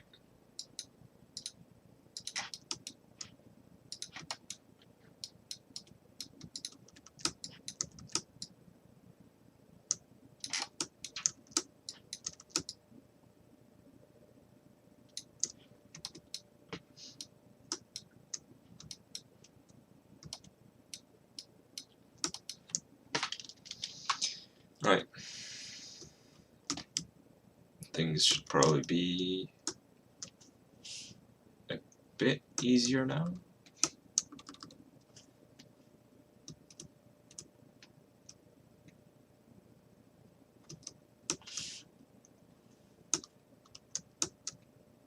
To be honest, I was just gonna make them kind of glowing. But I could give them blue eyes, I guess. Wow, these eyelids are really off.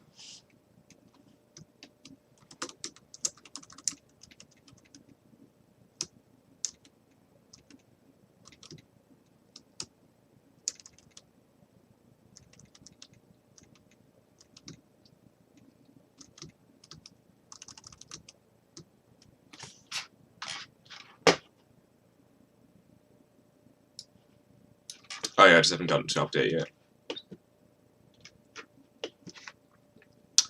Mark, this really depends on the type of game and the type of character it is. So, to be honest, I can't give you a proper answer for that.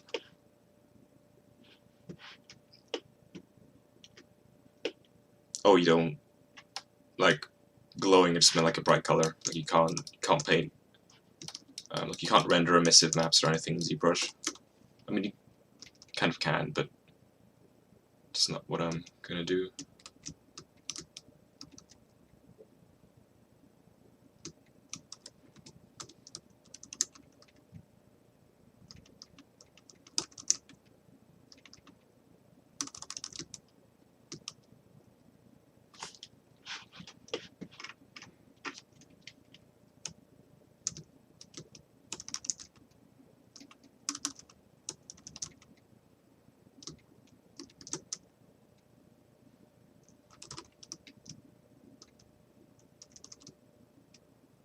Hey, Tristan.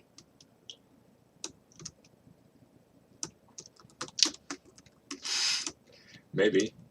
I haven't touched the sculpt since yesterday, actually.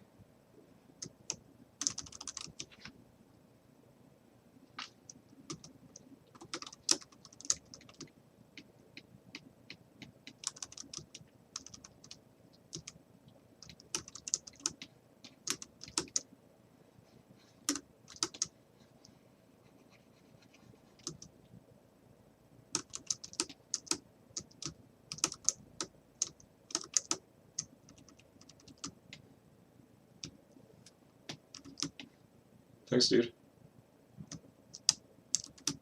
I'm gonna try and get this guy quite a bit further than what it is now, because I'm really not happy with it. Let me make... Come on, give me a proper edge.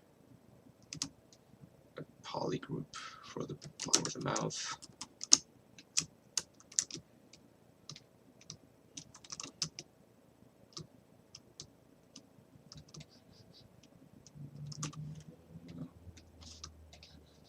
Just give it some proper depth for the lips and everything. Yeah, this should be archived on YouTube. Like, it'll be there. Like, my previous stream is on there as well, if you would like to watch that one.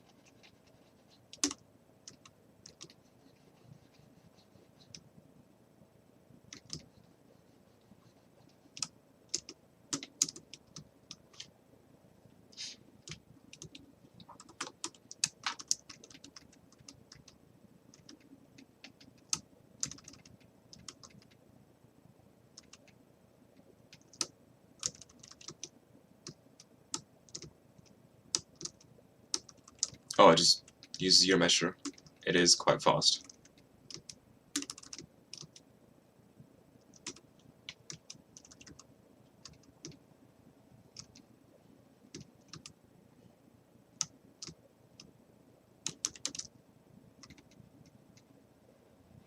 It's like you'll be able to see it if you rewind. How I did it.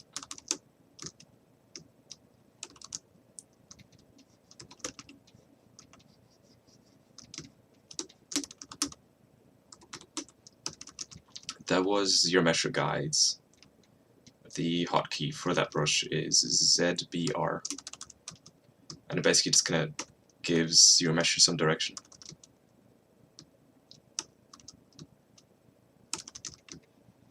As to kind of the edge flow.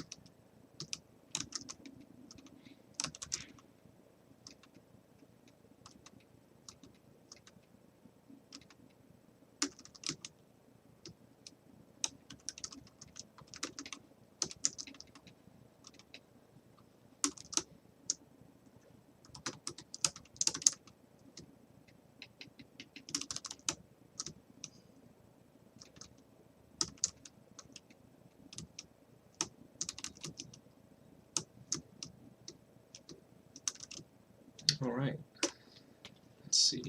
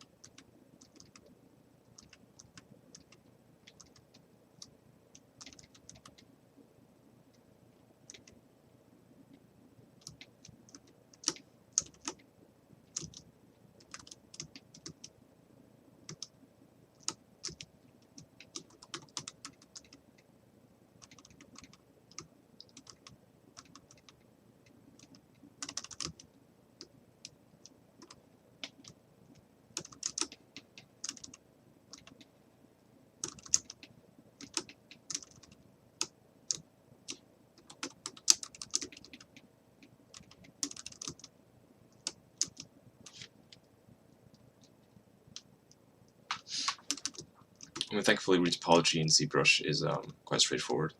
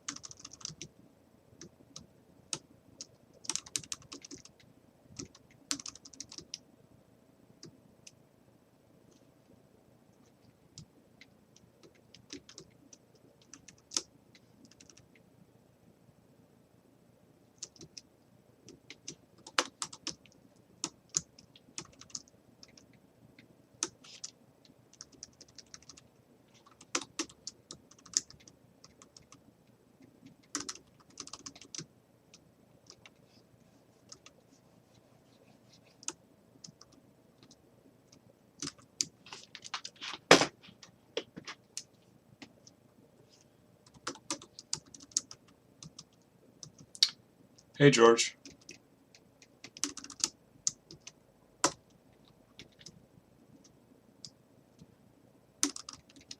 I mean, I like going climbing and stuff. Going for runs, which have been kind of a struggle these past couple of weeks, just kind of squeezing it in my schedule.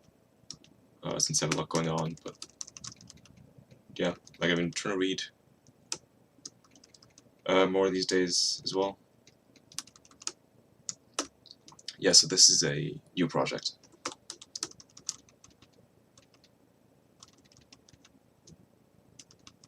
I was. If you want to watch the replay of that one, it should be on the, well, it is on the Pixologic channel.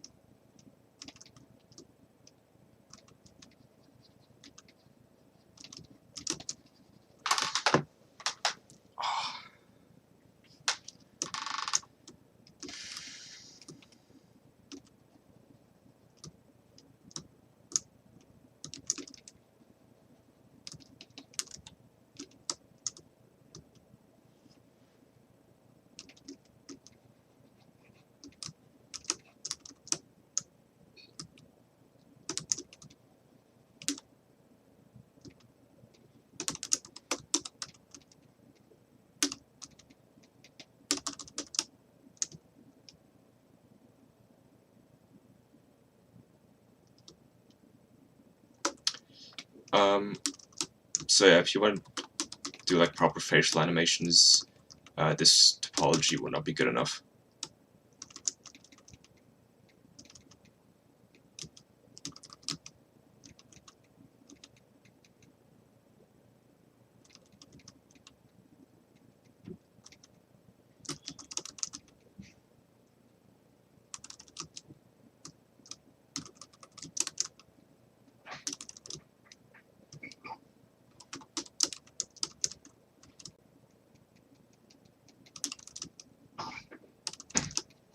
But yeah, George is right.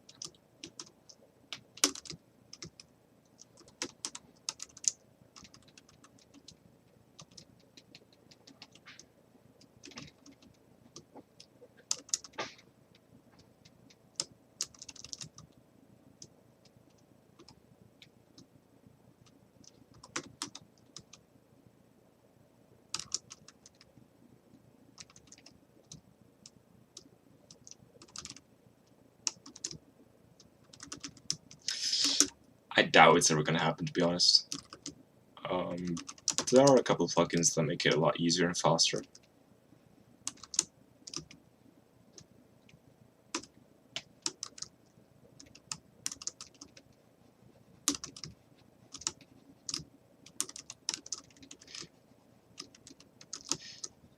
Is Mixamo the auto rigger?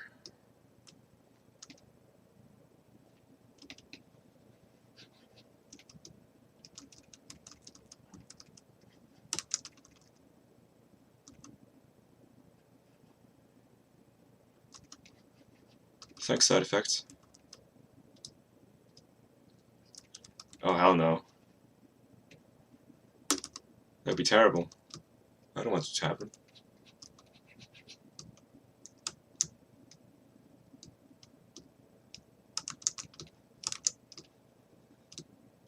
I doubt it ever will, though.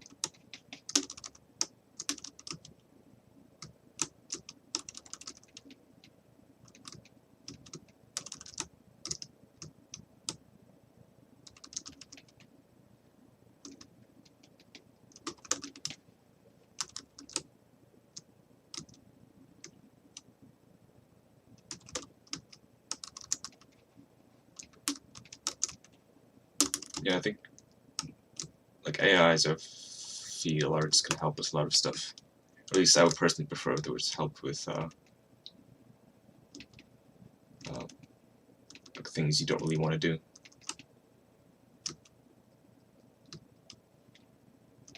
But I highly doubt they'll ever fully take over, to be honest.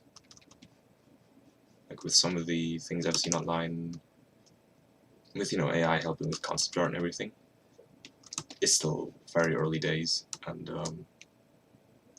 like you still want a human. You can't really give AI proper art direction. And, I mean, kind of, but I feel like it would be kind of shallow.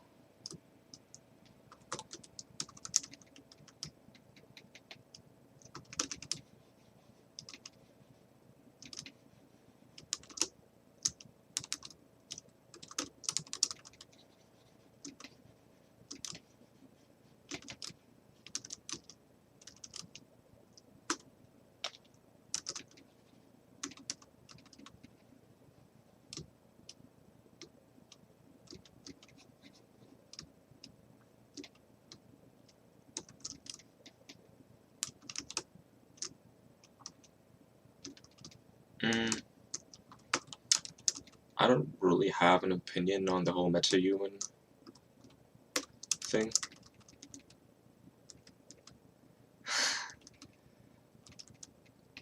Like, I personally haven't gotten to mess around with it.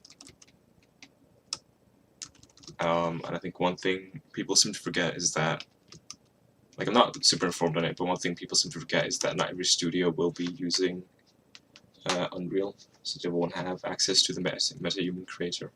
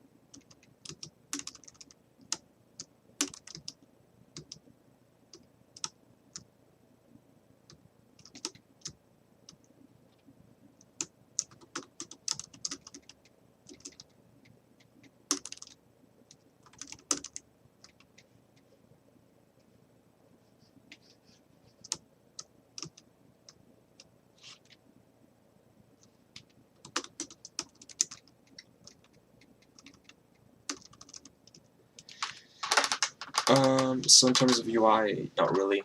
I just have this slightly custom setup here from the Flip Normals creature skin kit that I use for alphas. That's it.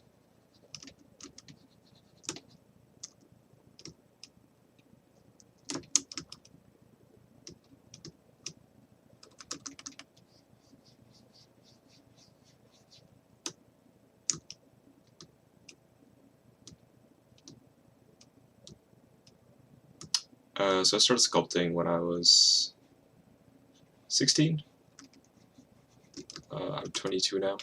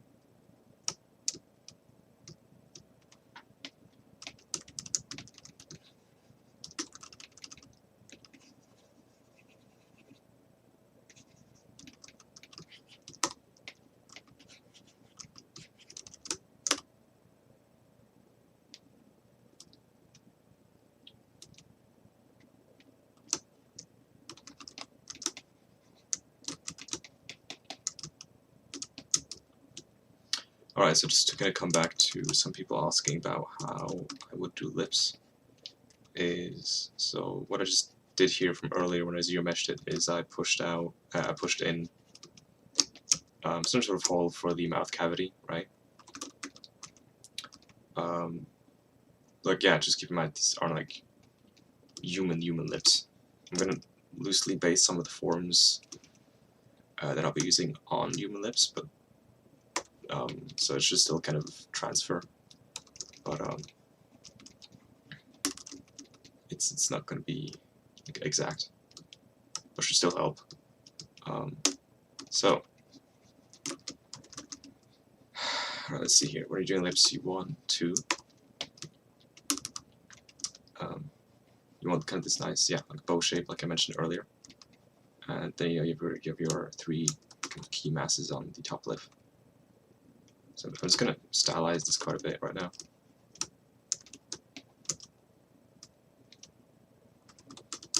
Obviously this guy like really gnarly, but you want this shape here, and with these two volumes here,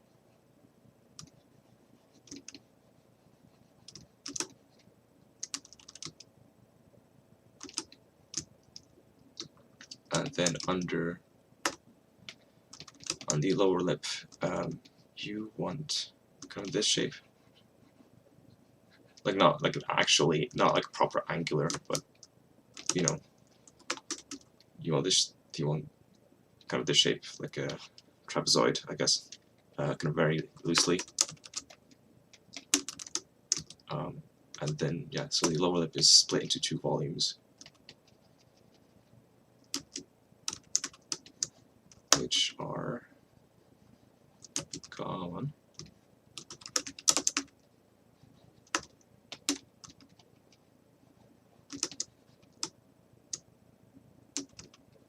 These two.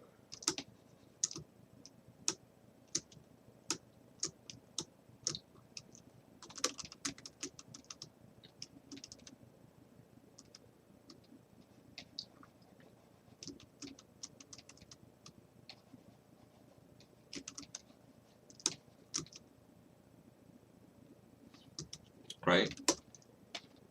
So these forms don't fully go, or at least I don't like to draw them right until the end, or to the border of the lip. Like I like to keep a little gap.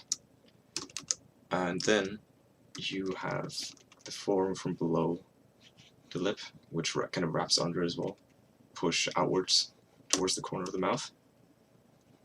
So it creates like a little plateau here.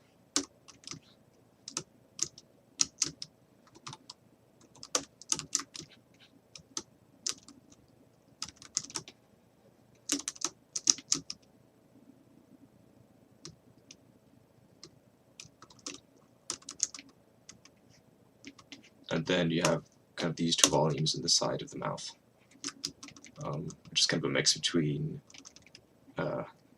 like jowl, like fat basically, and an attachment point for multiple muscles.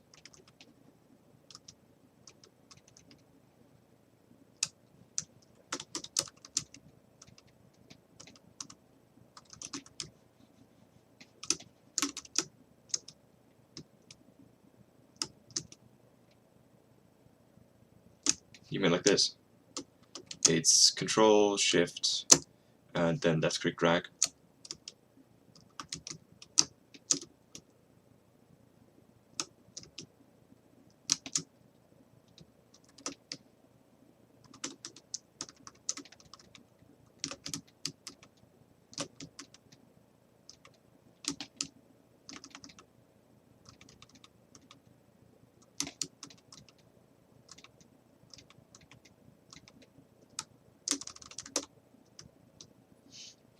So what I'm going to do now real quick is I'm actually going to close his mouth.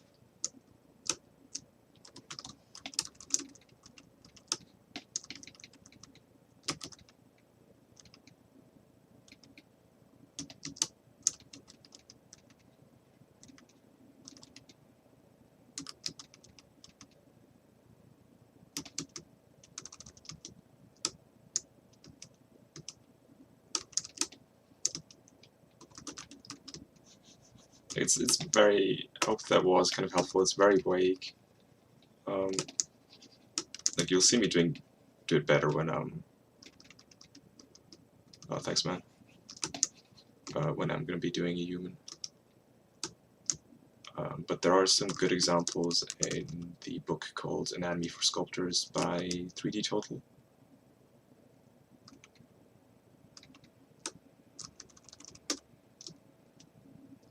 Probably. Like if I do later on detail his lips, I'm going to have to open it.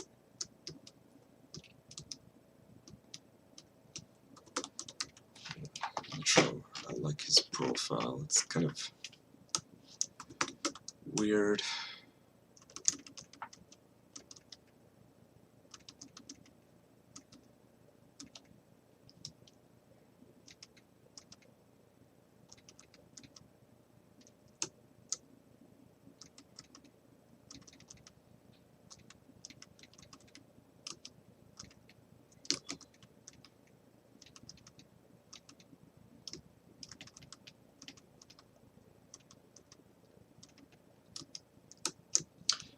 Well, I can quickly show my reference, but I can't work with it just being here. But I'm mainly referencing this one, which is a sculpt by this guy. Like this is his Instagram. So if you want to have a look at his work, it's there. You might have to scroll a bit. And then, you know, here are just like some random works. Like I just found them on Pinterest.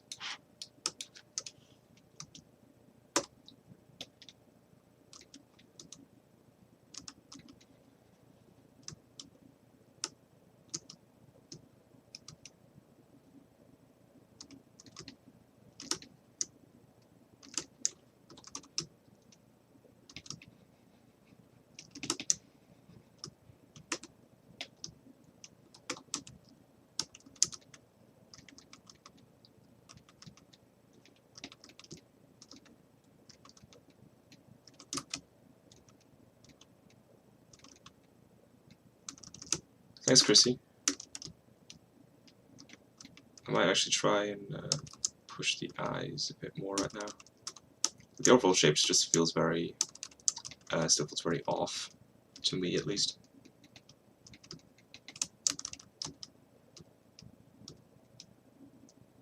I really don't like the feel of it right now. It's quite exaggerated. Just gonna fill some more hollow parts.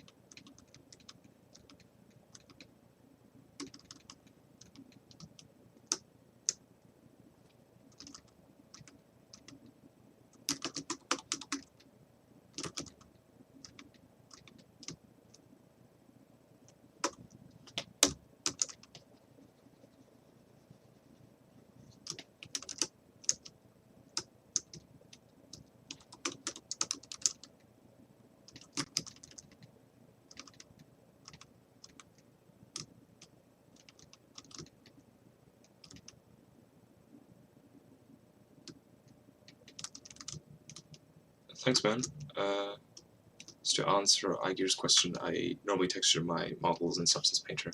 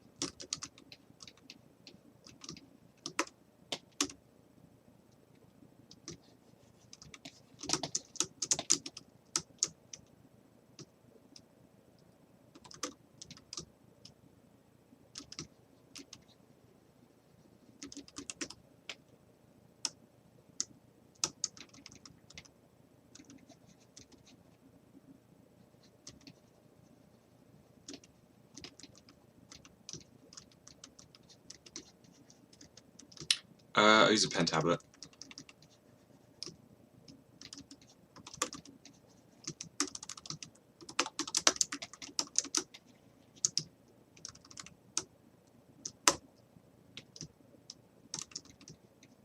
Thanks, man. I mean, I feel like you totally should. Ooh.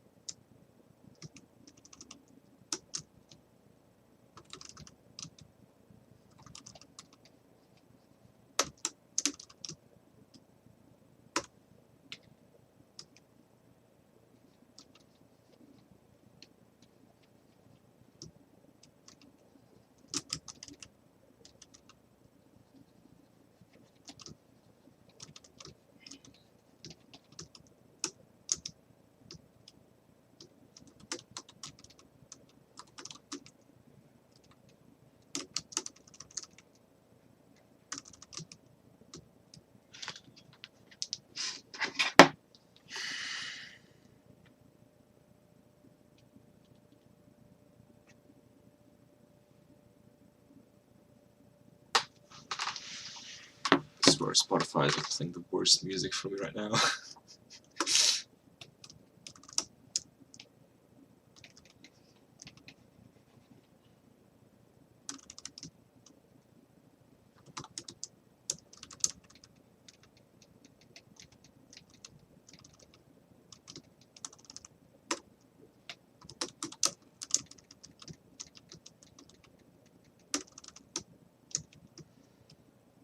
Yeah, I think it is. I think it's more important if you are sculpting from reference or whenever you're trying to study something, is that you do it with clear intent. You know, where it's like, oh well, I want to focus on, I don't know, it's like creature design, or you know, organic creatures. Like, just for example, like, I guess that's what I'll be doing now. Is just I want to see how others approach certain shapes that are kind of stylized realism. But basically, whenever you are, sorry. Whenever you're gonna try and make a study, always try and keep in mind why you're doing it, and keep that goal in mind. So otherwise, you're just kind of doing something, and it won't really benefit you as much in the end.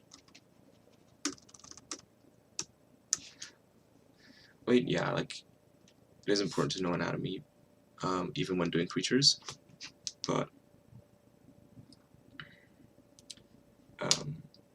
something else was distracting. I'm an absolute brain fart right now. But like you don't want to become like a slave to it, right?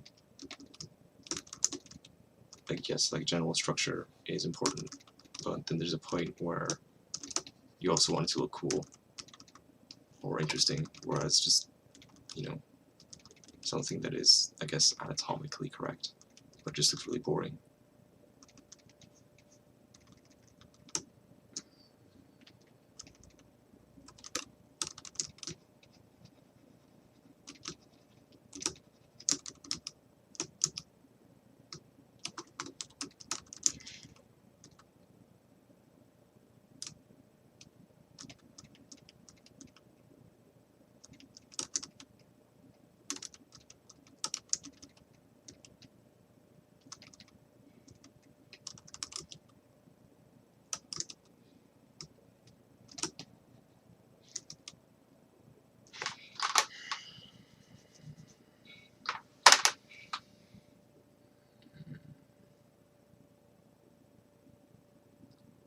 This guy's taking me a lot longer than expected.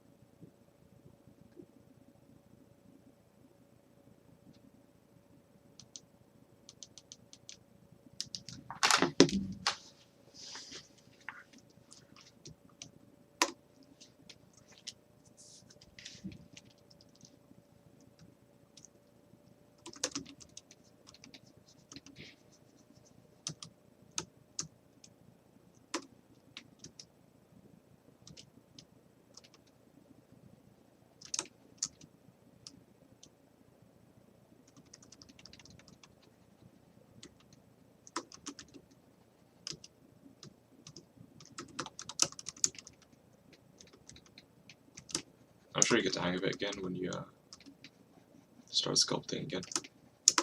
Like, things do have a way of coming back after a while.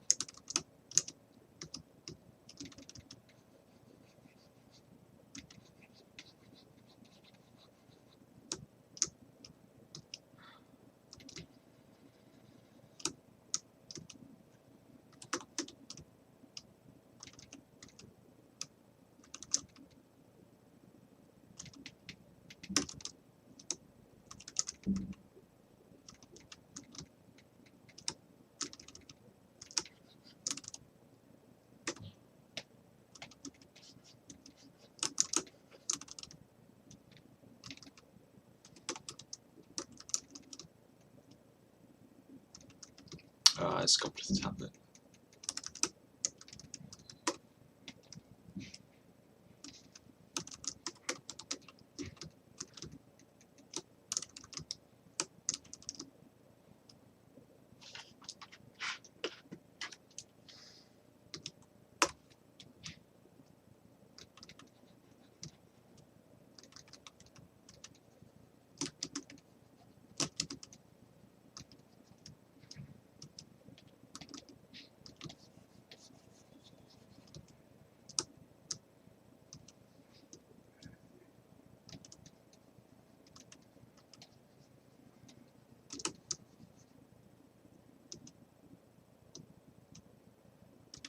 Yes, I think it is. Yeah, like I said, you have to have a reason as why you're doing it, and don't just do it. No problem, dude.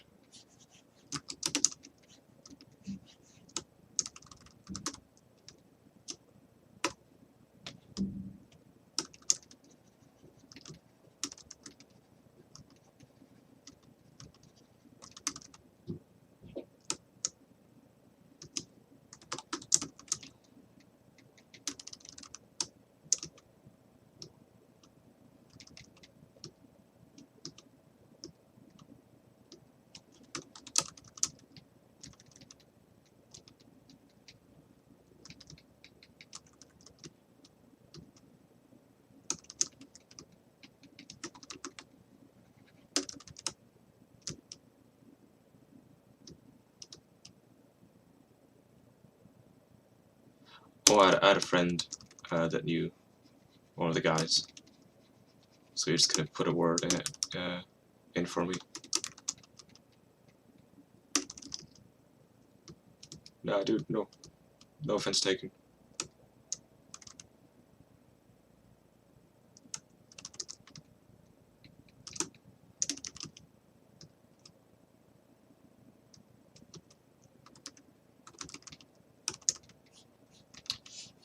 Yeah, sometime in the future, sure. Like, it's something I kind of want to have a look at first in my own time before I do it on stream.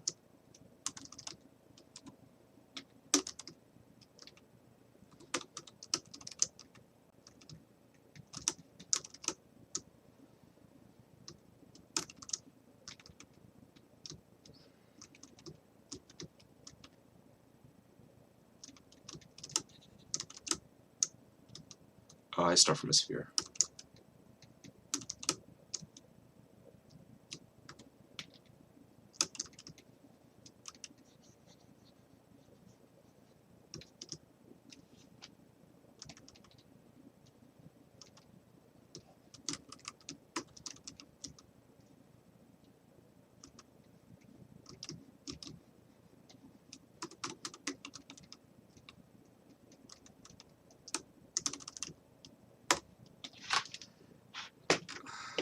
I'm sticking way too hard to my reference. I think I'm just gonna branch out and try and make some of my own design choices and see how that goes. Because I'm honestly struggling quite a bit right now.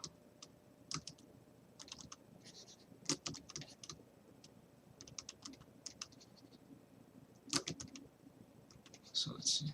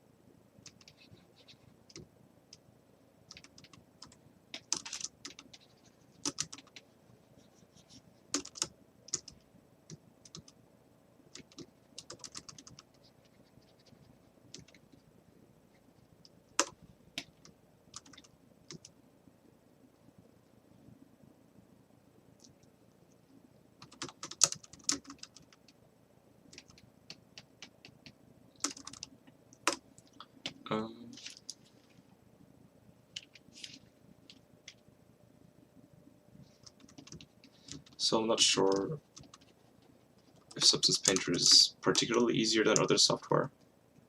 I didn't have too many issues with it, to be honest.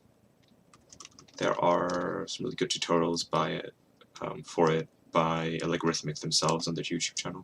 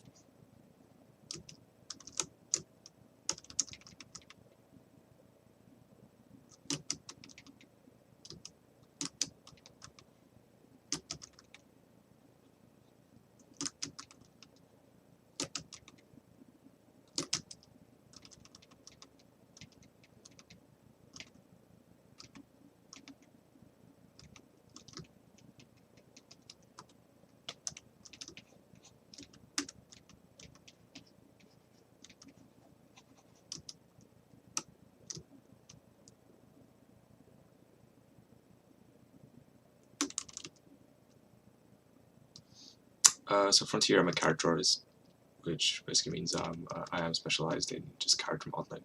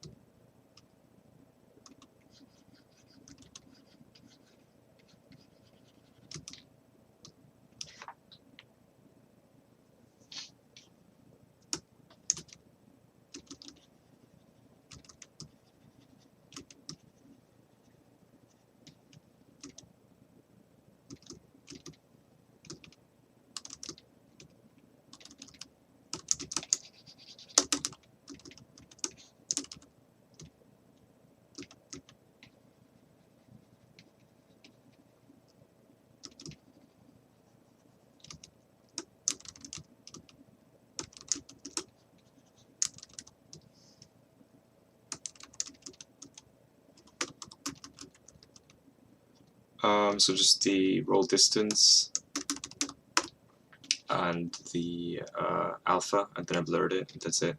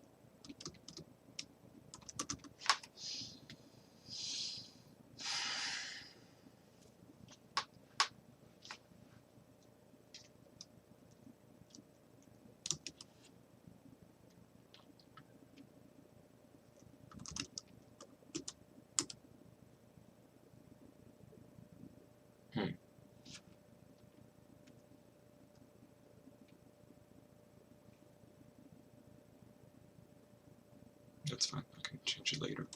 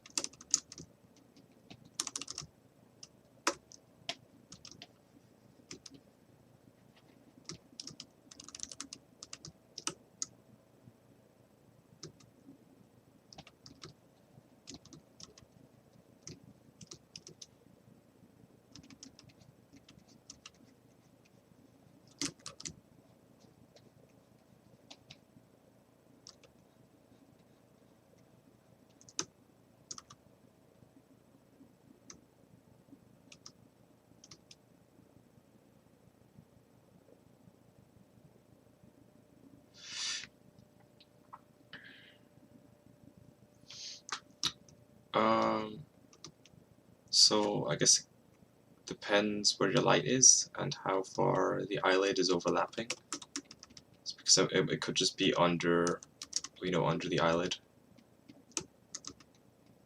But if you want to change where the highlight is, you can just move the light.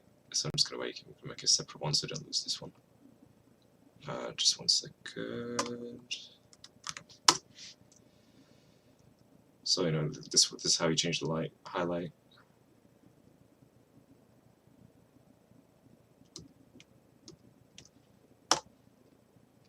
So yeah, this is the way you change the highlight. If you just want a highlight in a certain place, you can always just paint it in, like manually with poly paint. Like I've seen lots of people do that.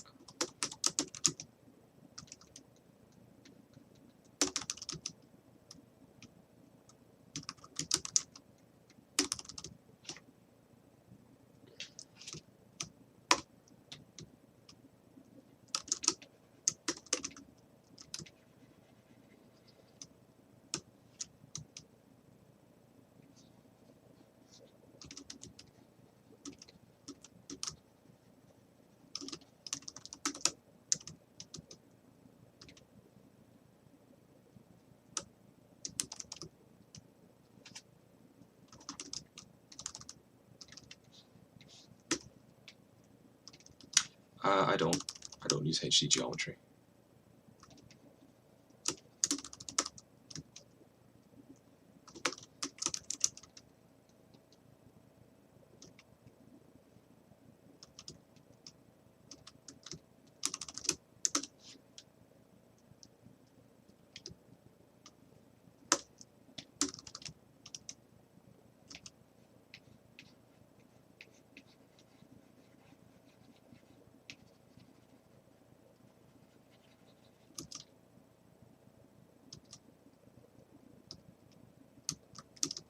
Thanks, Gary.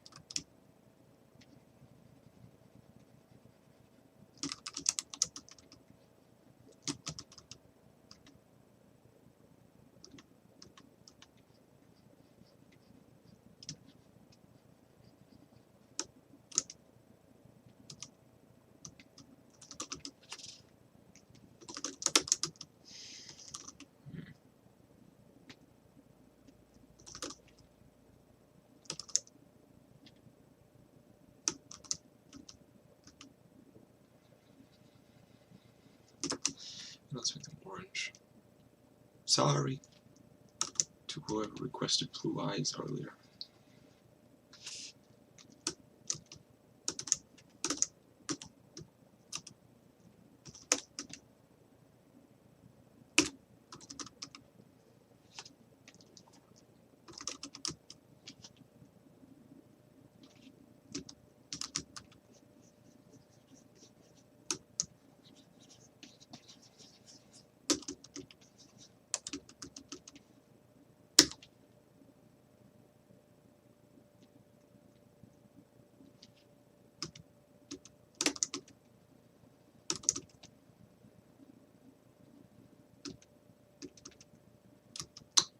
Depends what the model is for. If it's just for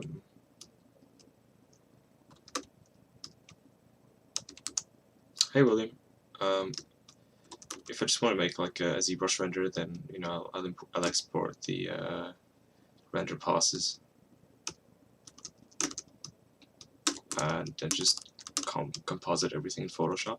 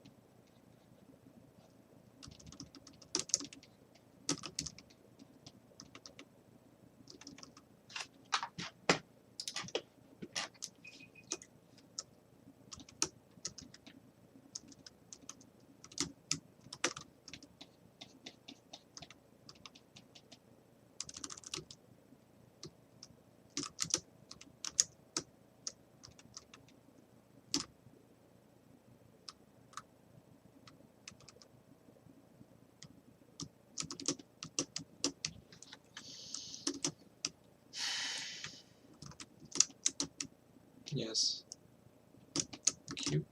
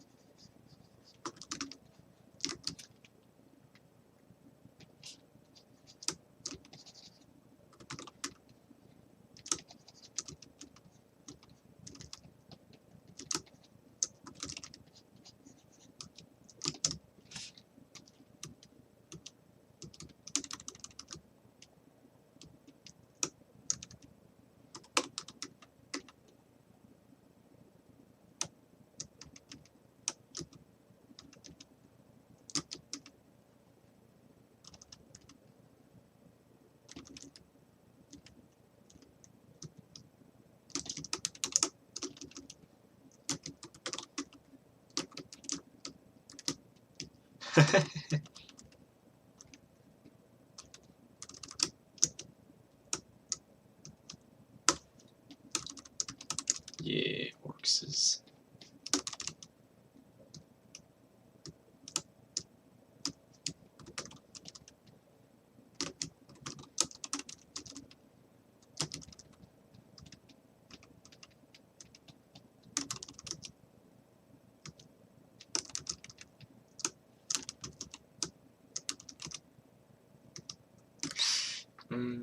Just keep the mouth kind of closed. Thanks, man.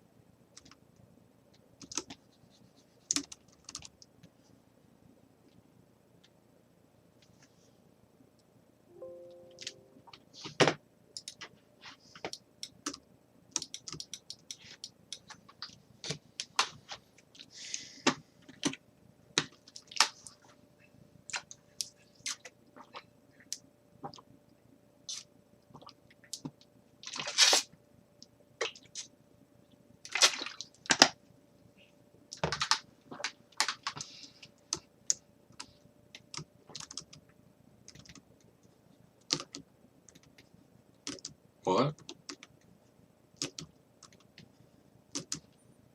Hey, come on.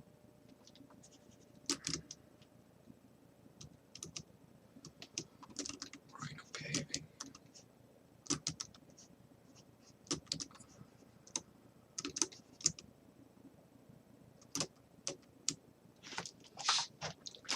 I think I have to restart ZBrush.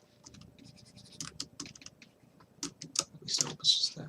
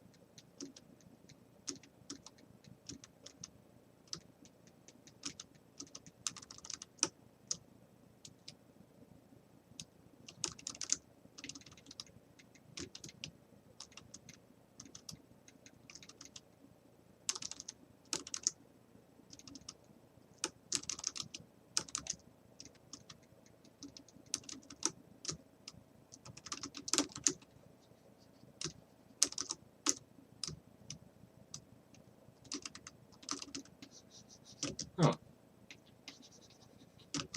Back to normal again. That was weird.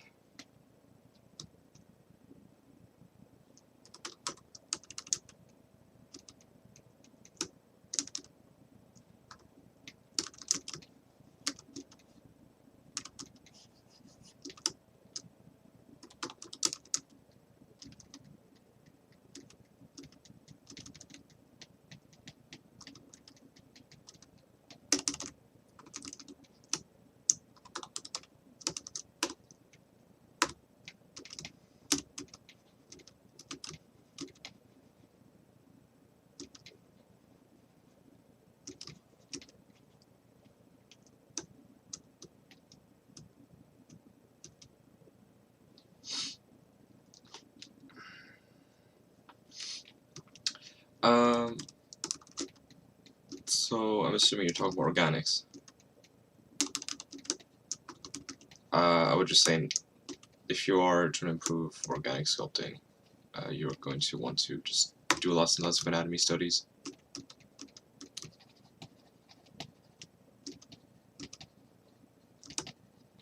So, you know, things like, you know, structure and proportions and everything are a lot more important than just pores. Like, that should definitely not be your focus. Just try to always get nice shapes, primary and secondary shapes in before you anything else.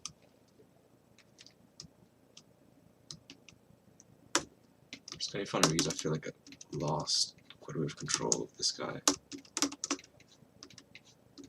It feels very weird.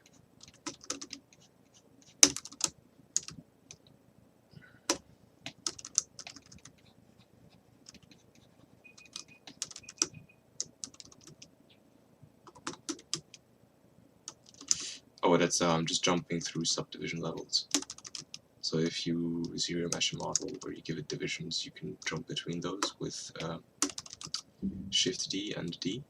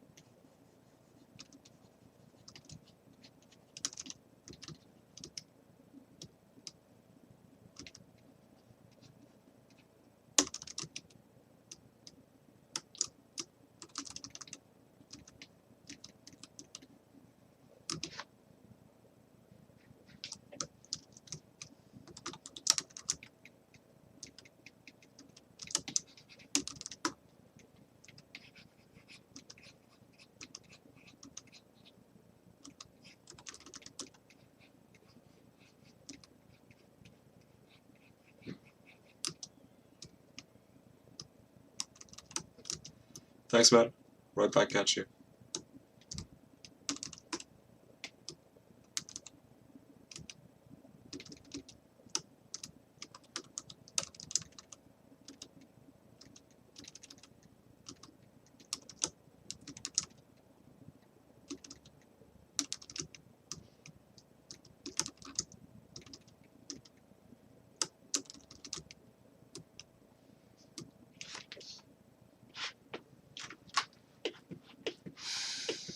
So get some of those old shapes back.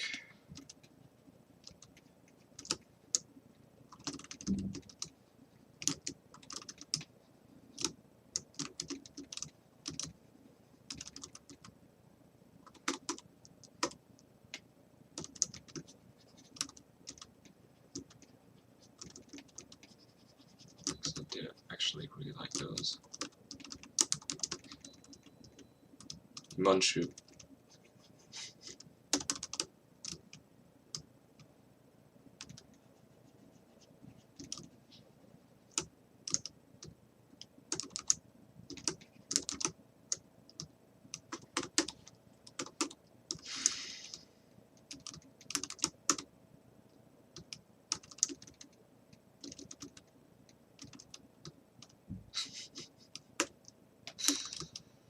Thanks, man.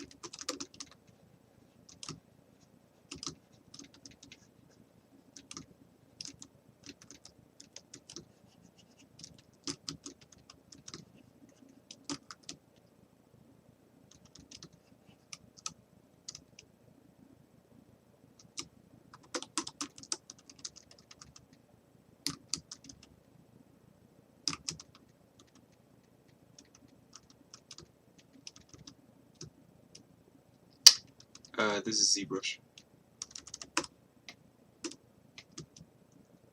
Or do you mean in general?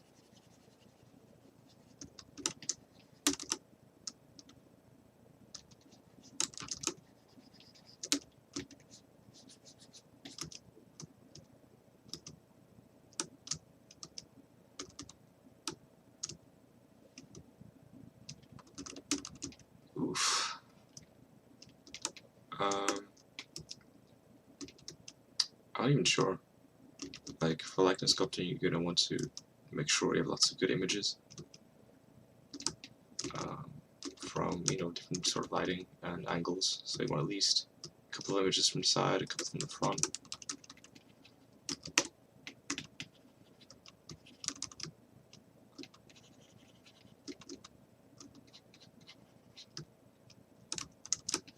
And yeah, you can try and match things up as well. But to be honest, I would just try and focus on being able to sculpt a normal face first instead of going straight for likeness, because that's really, really difficult.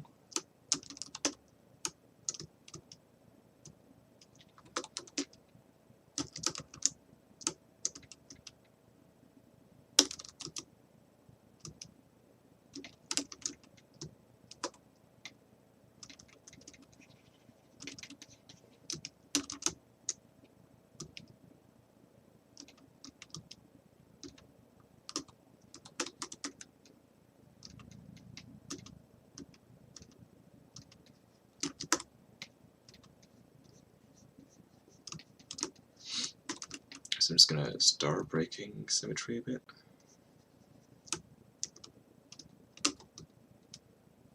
Like not all the time, just gonna start breaking it up a bit.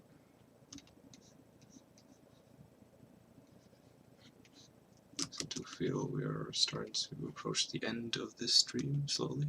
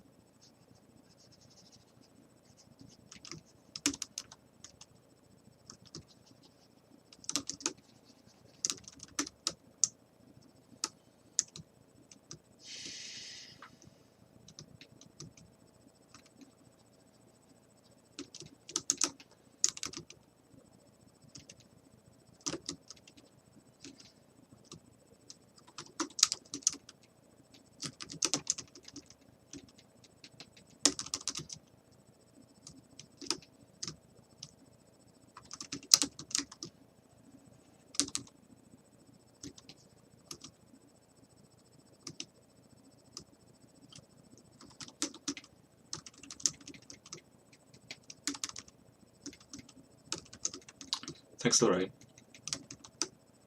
Glad you like it.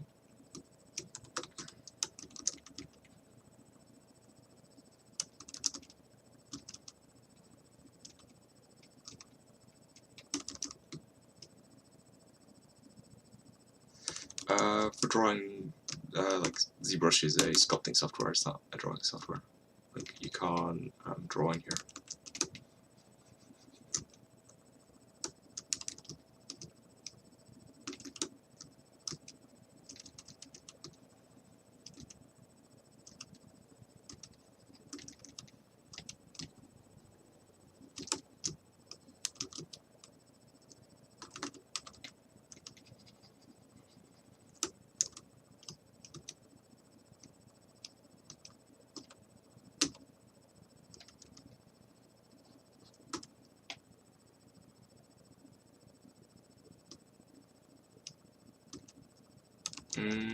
I probably hand painted actually, since it is more fun.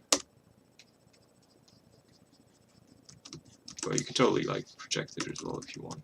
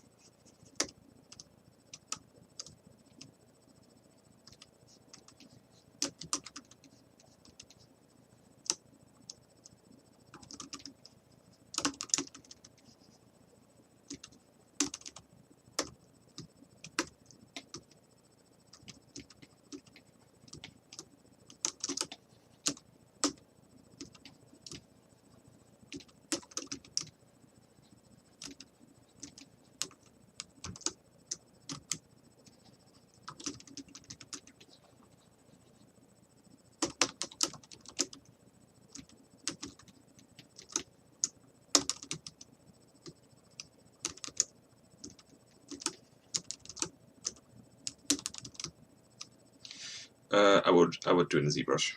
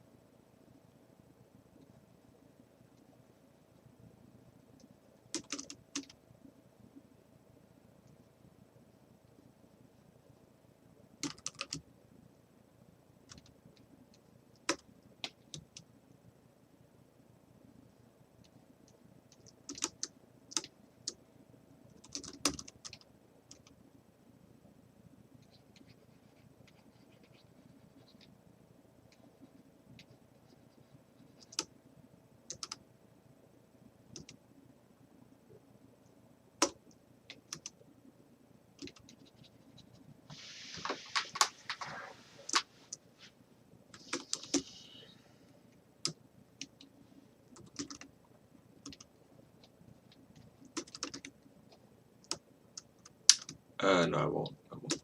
Like, it is zero meshed. But that's as far as I'll go for this one.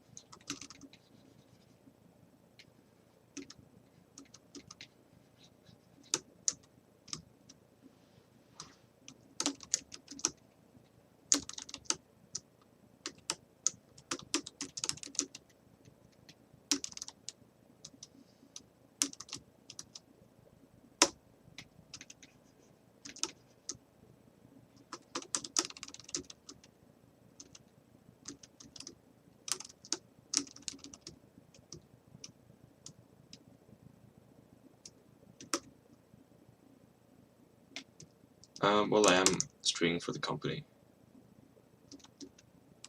but I don't work there.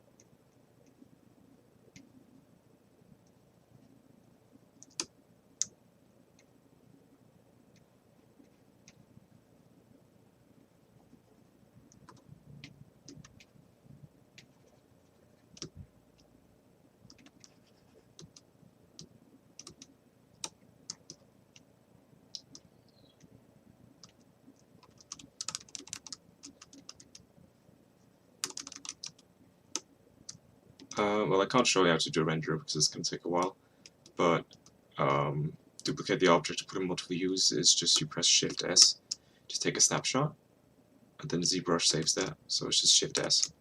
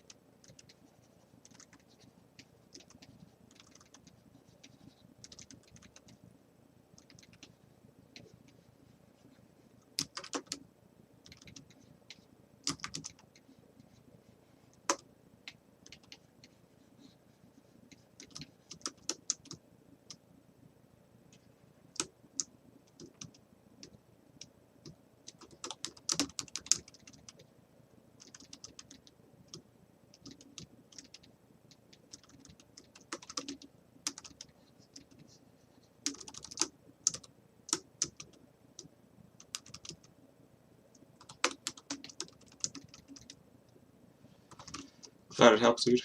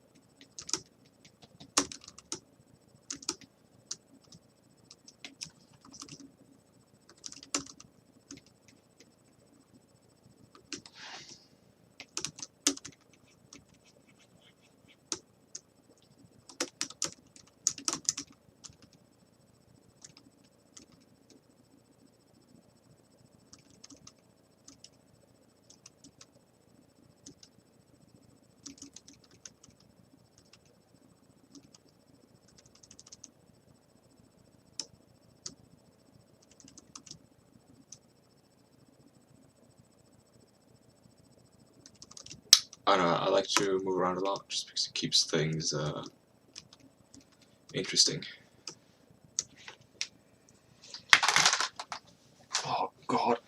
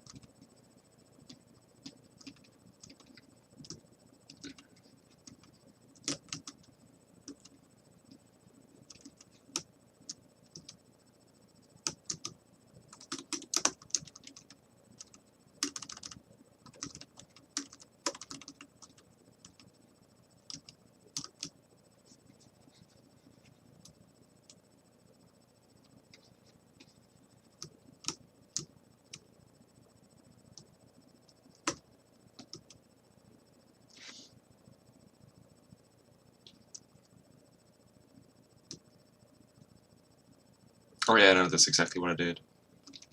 So when I was zero meshing, I was poly painting it because areas that are marked in red will then be targeted as to being a priority for more dense topology. So it basically gives you a bit more points, like polygons in that area, so you can work a bit easier with it.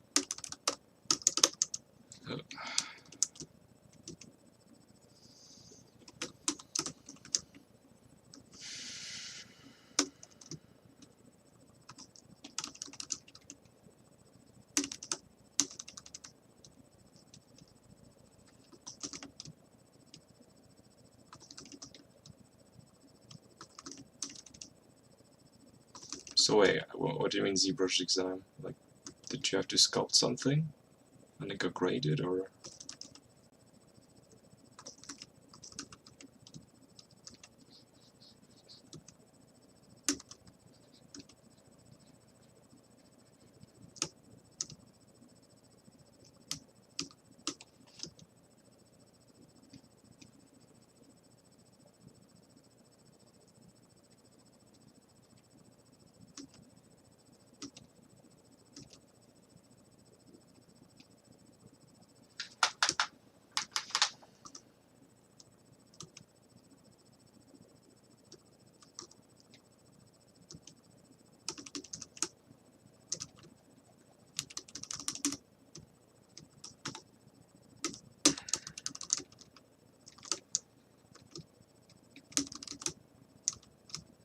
In 1.5 hours.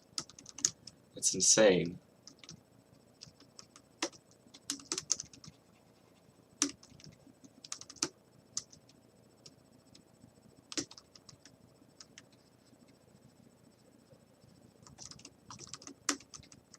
Right.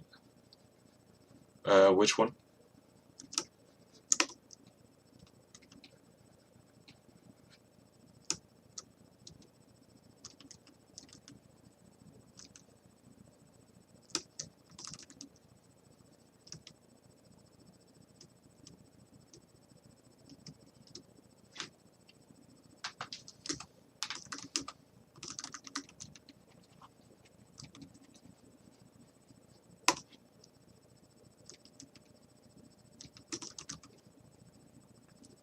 Oh, nice. Yeah, I remember watching it. When did it come out? Like in December or something? With a hat.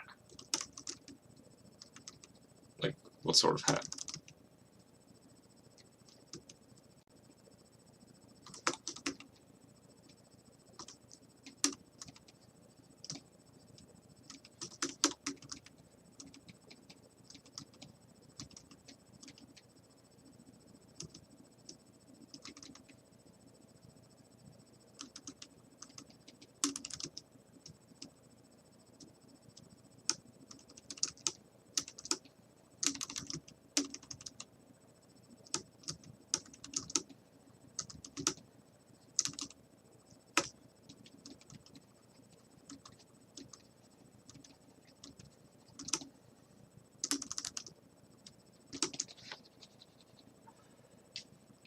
Alright. I mean, I still understand. Like, I mean, I still think it's kind of insane to have to do that in 1.5 hours. Because I don't think I could really get anywhere in that short amount of time.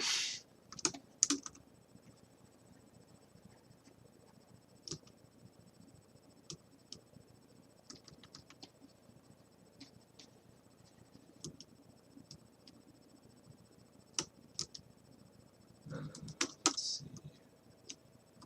Oh, God.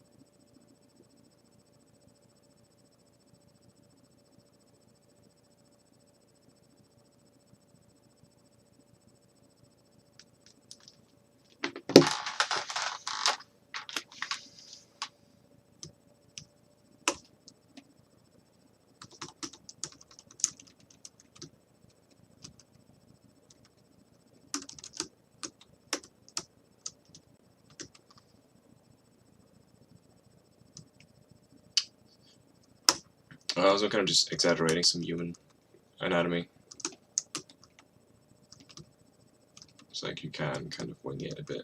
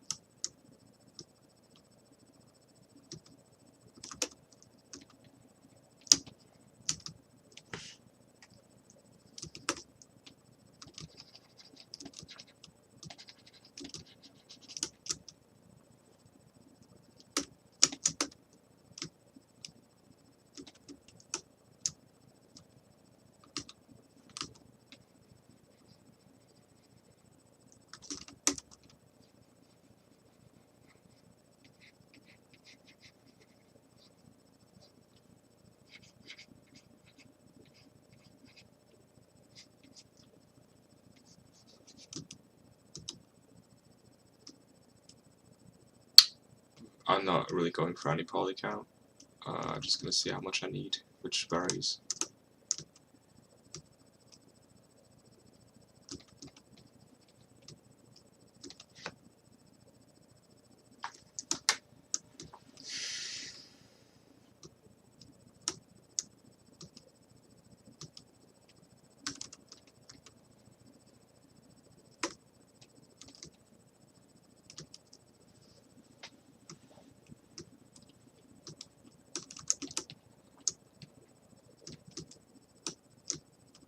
Let's see if I can.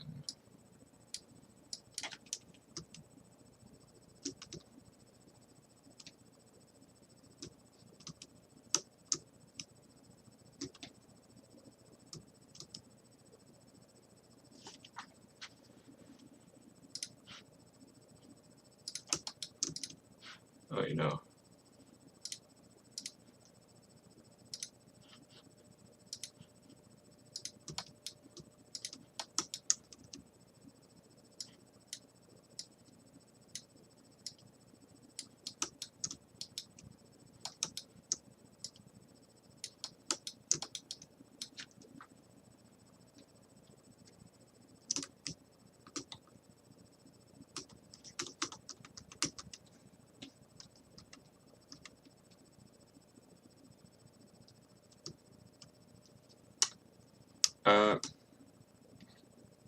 I don't know. Like I'm probably gonna just wrap this up soon. I'm really tired, so I'm not gonna like, properly detail this guy. I did intend to, but I'm pretty beat. So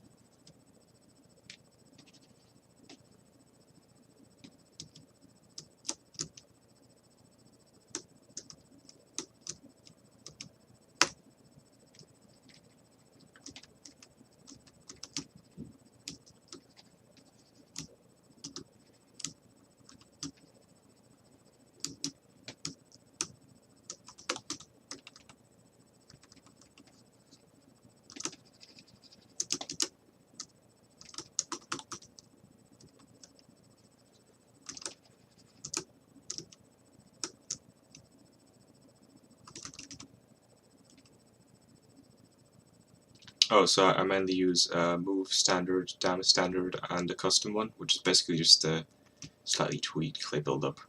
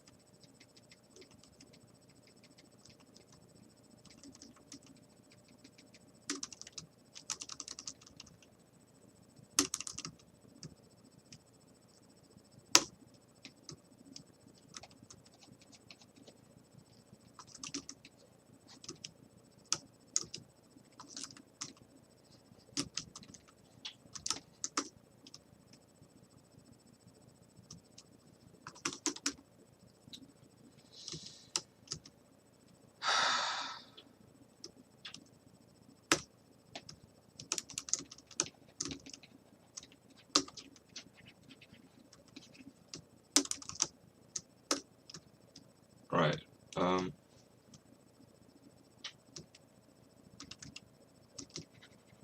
think this is about to be it for me for tonight.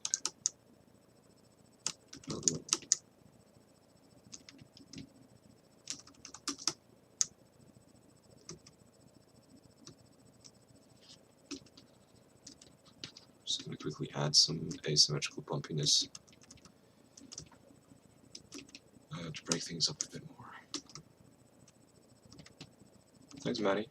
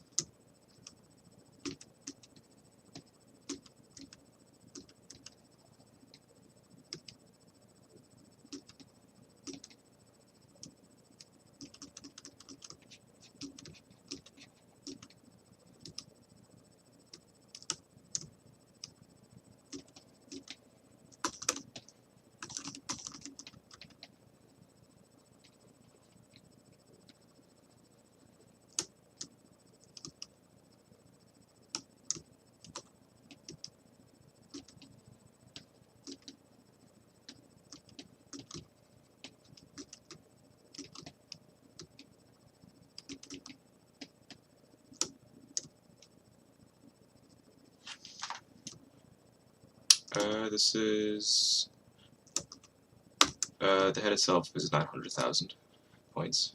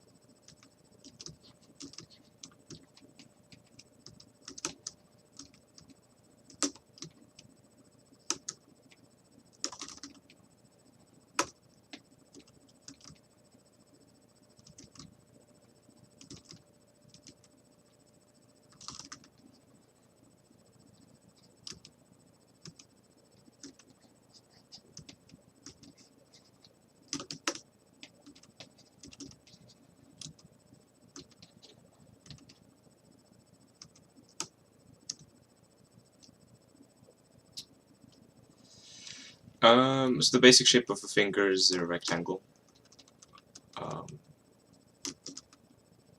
There are like I would try to keep things quite planar,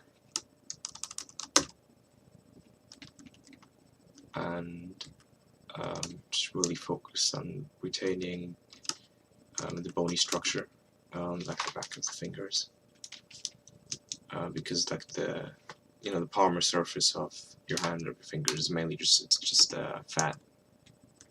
So if you just get if you just look at the bones of the hand, try to understand the surface forms they cause in the skin, this should maybe help you out a bit. But like there isn't a lot of there shouldn't be a lot of lumpiness on the back of the hand, just because it's just skin, bone, and tendon.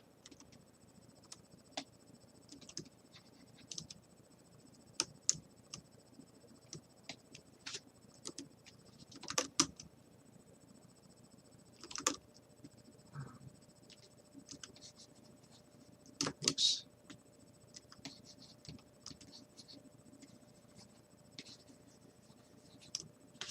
No problem. God, I keep waffling my screen.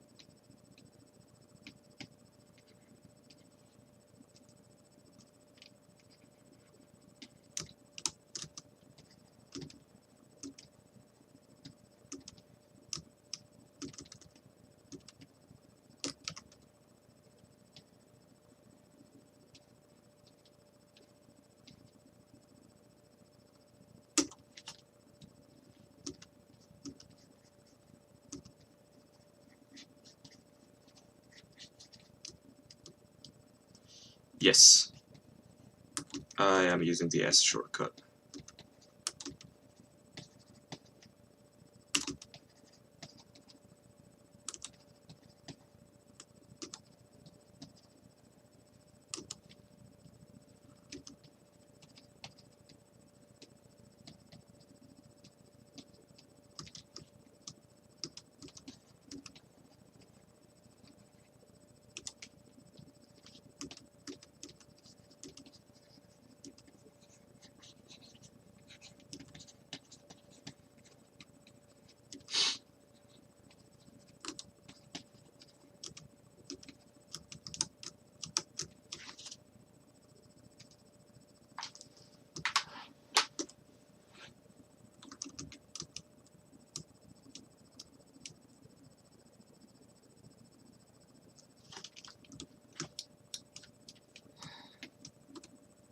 Give him some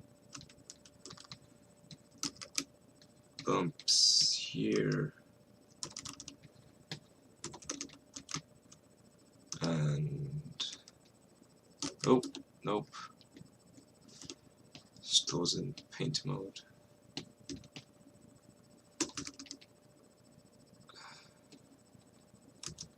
Just gonna break up some of the straight lines. Since when you're sculpting an organic character, you want to try and avoid things that are kind of predictable or repeating. So you want to avoid things like straight lines or clean lines as well, because that just doesn't happen in nature.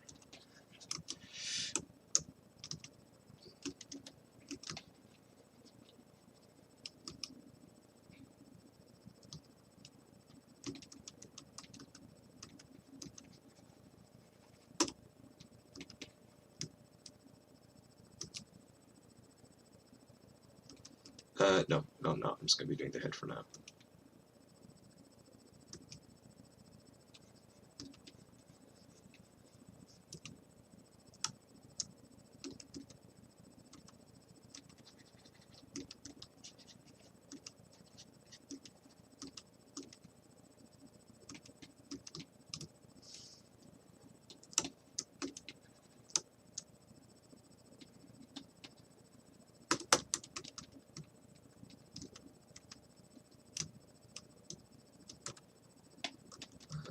break up on the neck.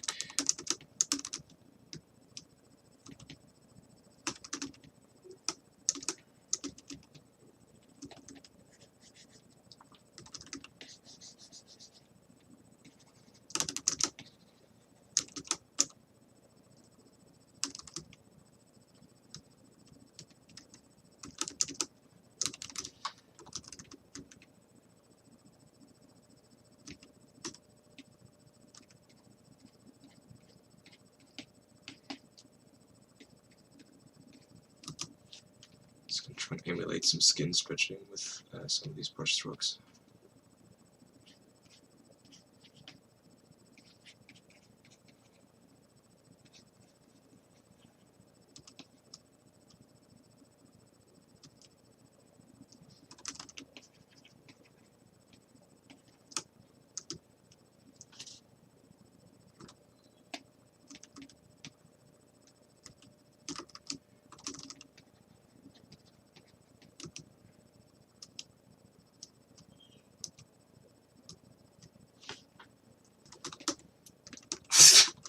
Fucking bump in his head.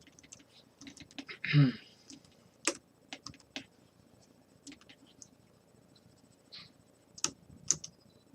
and push that a bit more, actually.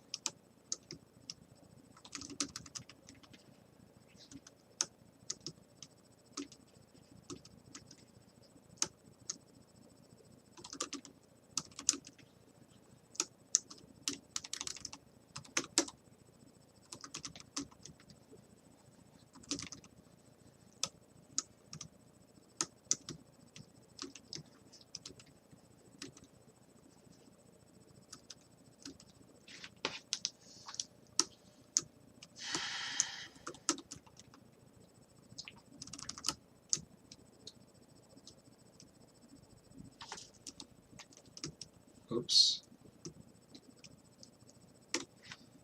Come on.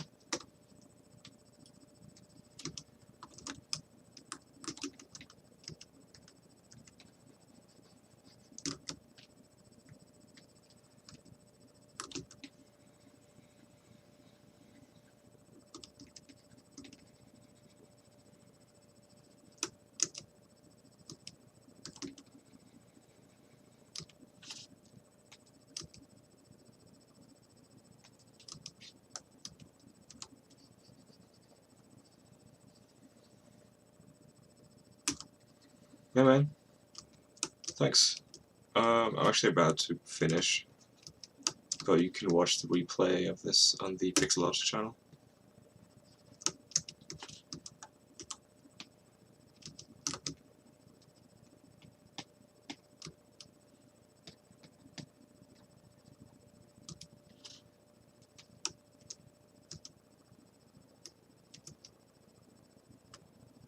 Yeah, man, it's cool.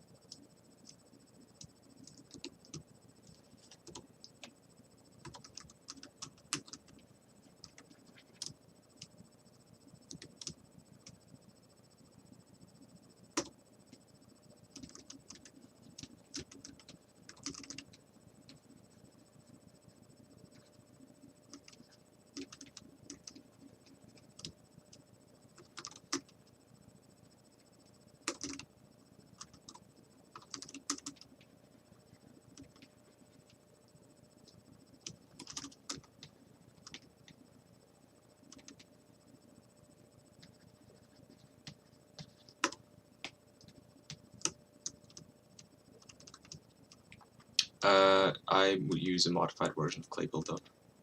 Okay, it's a custom brush. I did show how I made it earlier, about some time around the 1 hour mark.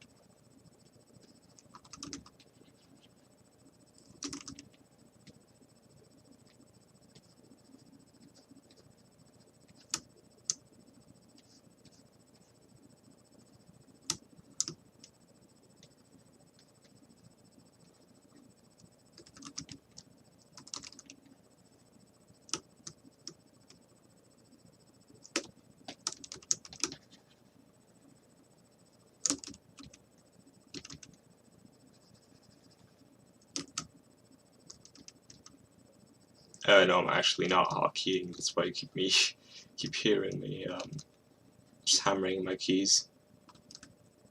So like if I just slow down,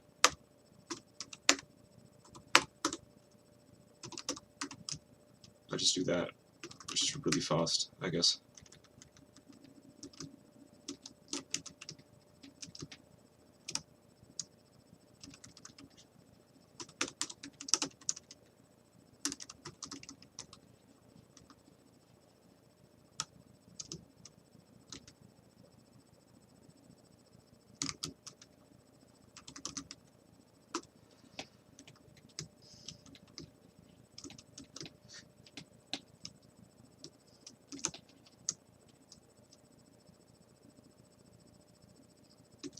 Nope.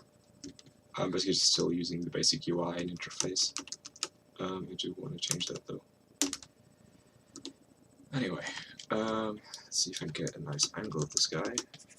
And then I think we're done for today.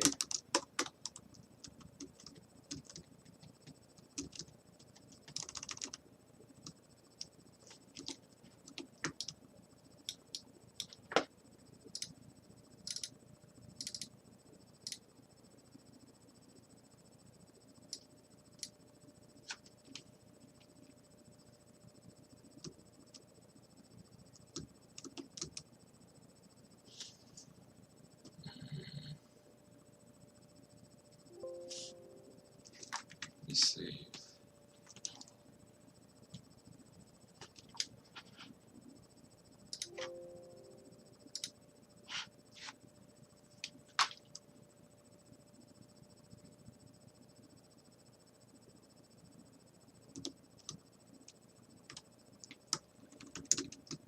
Clean this area real quick because it's very messy.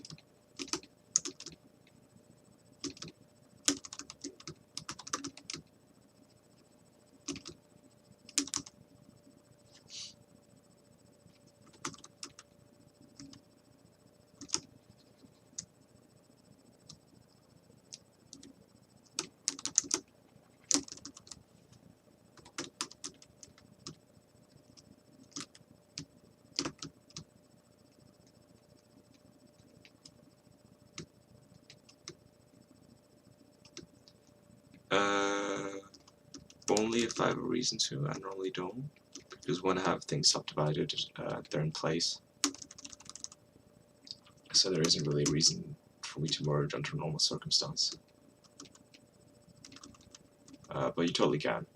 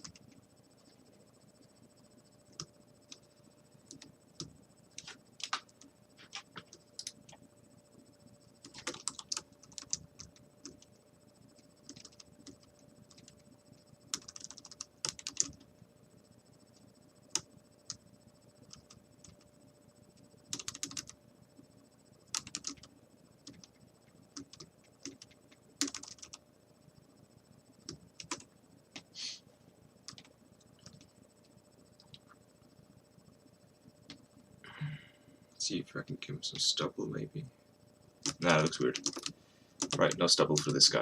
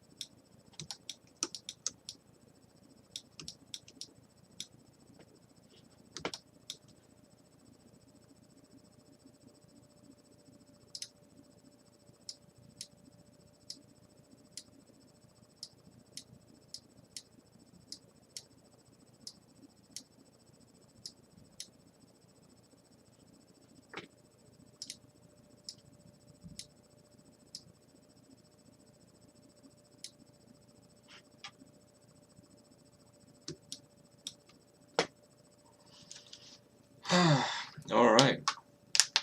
I think that about wraps it up.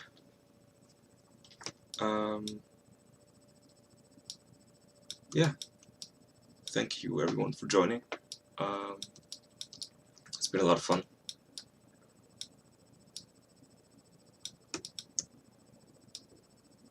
Let's come and look, final look at this.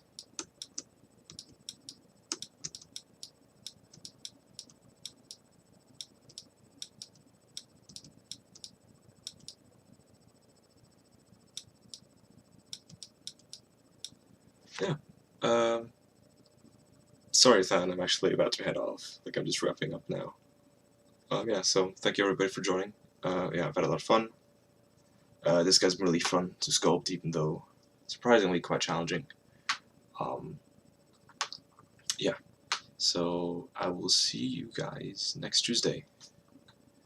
Same time. Yeah, take care.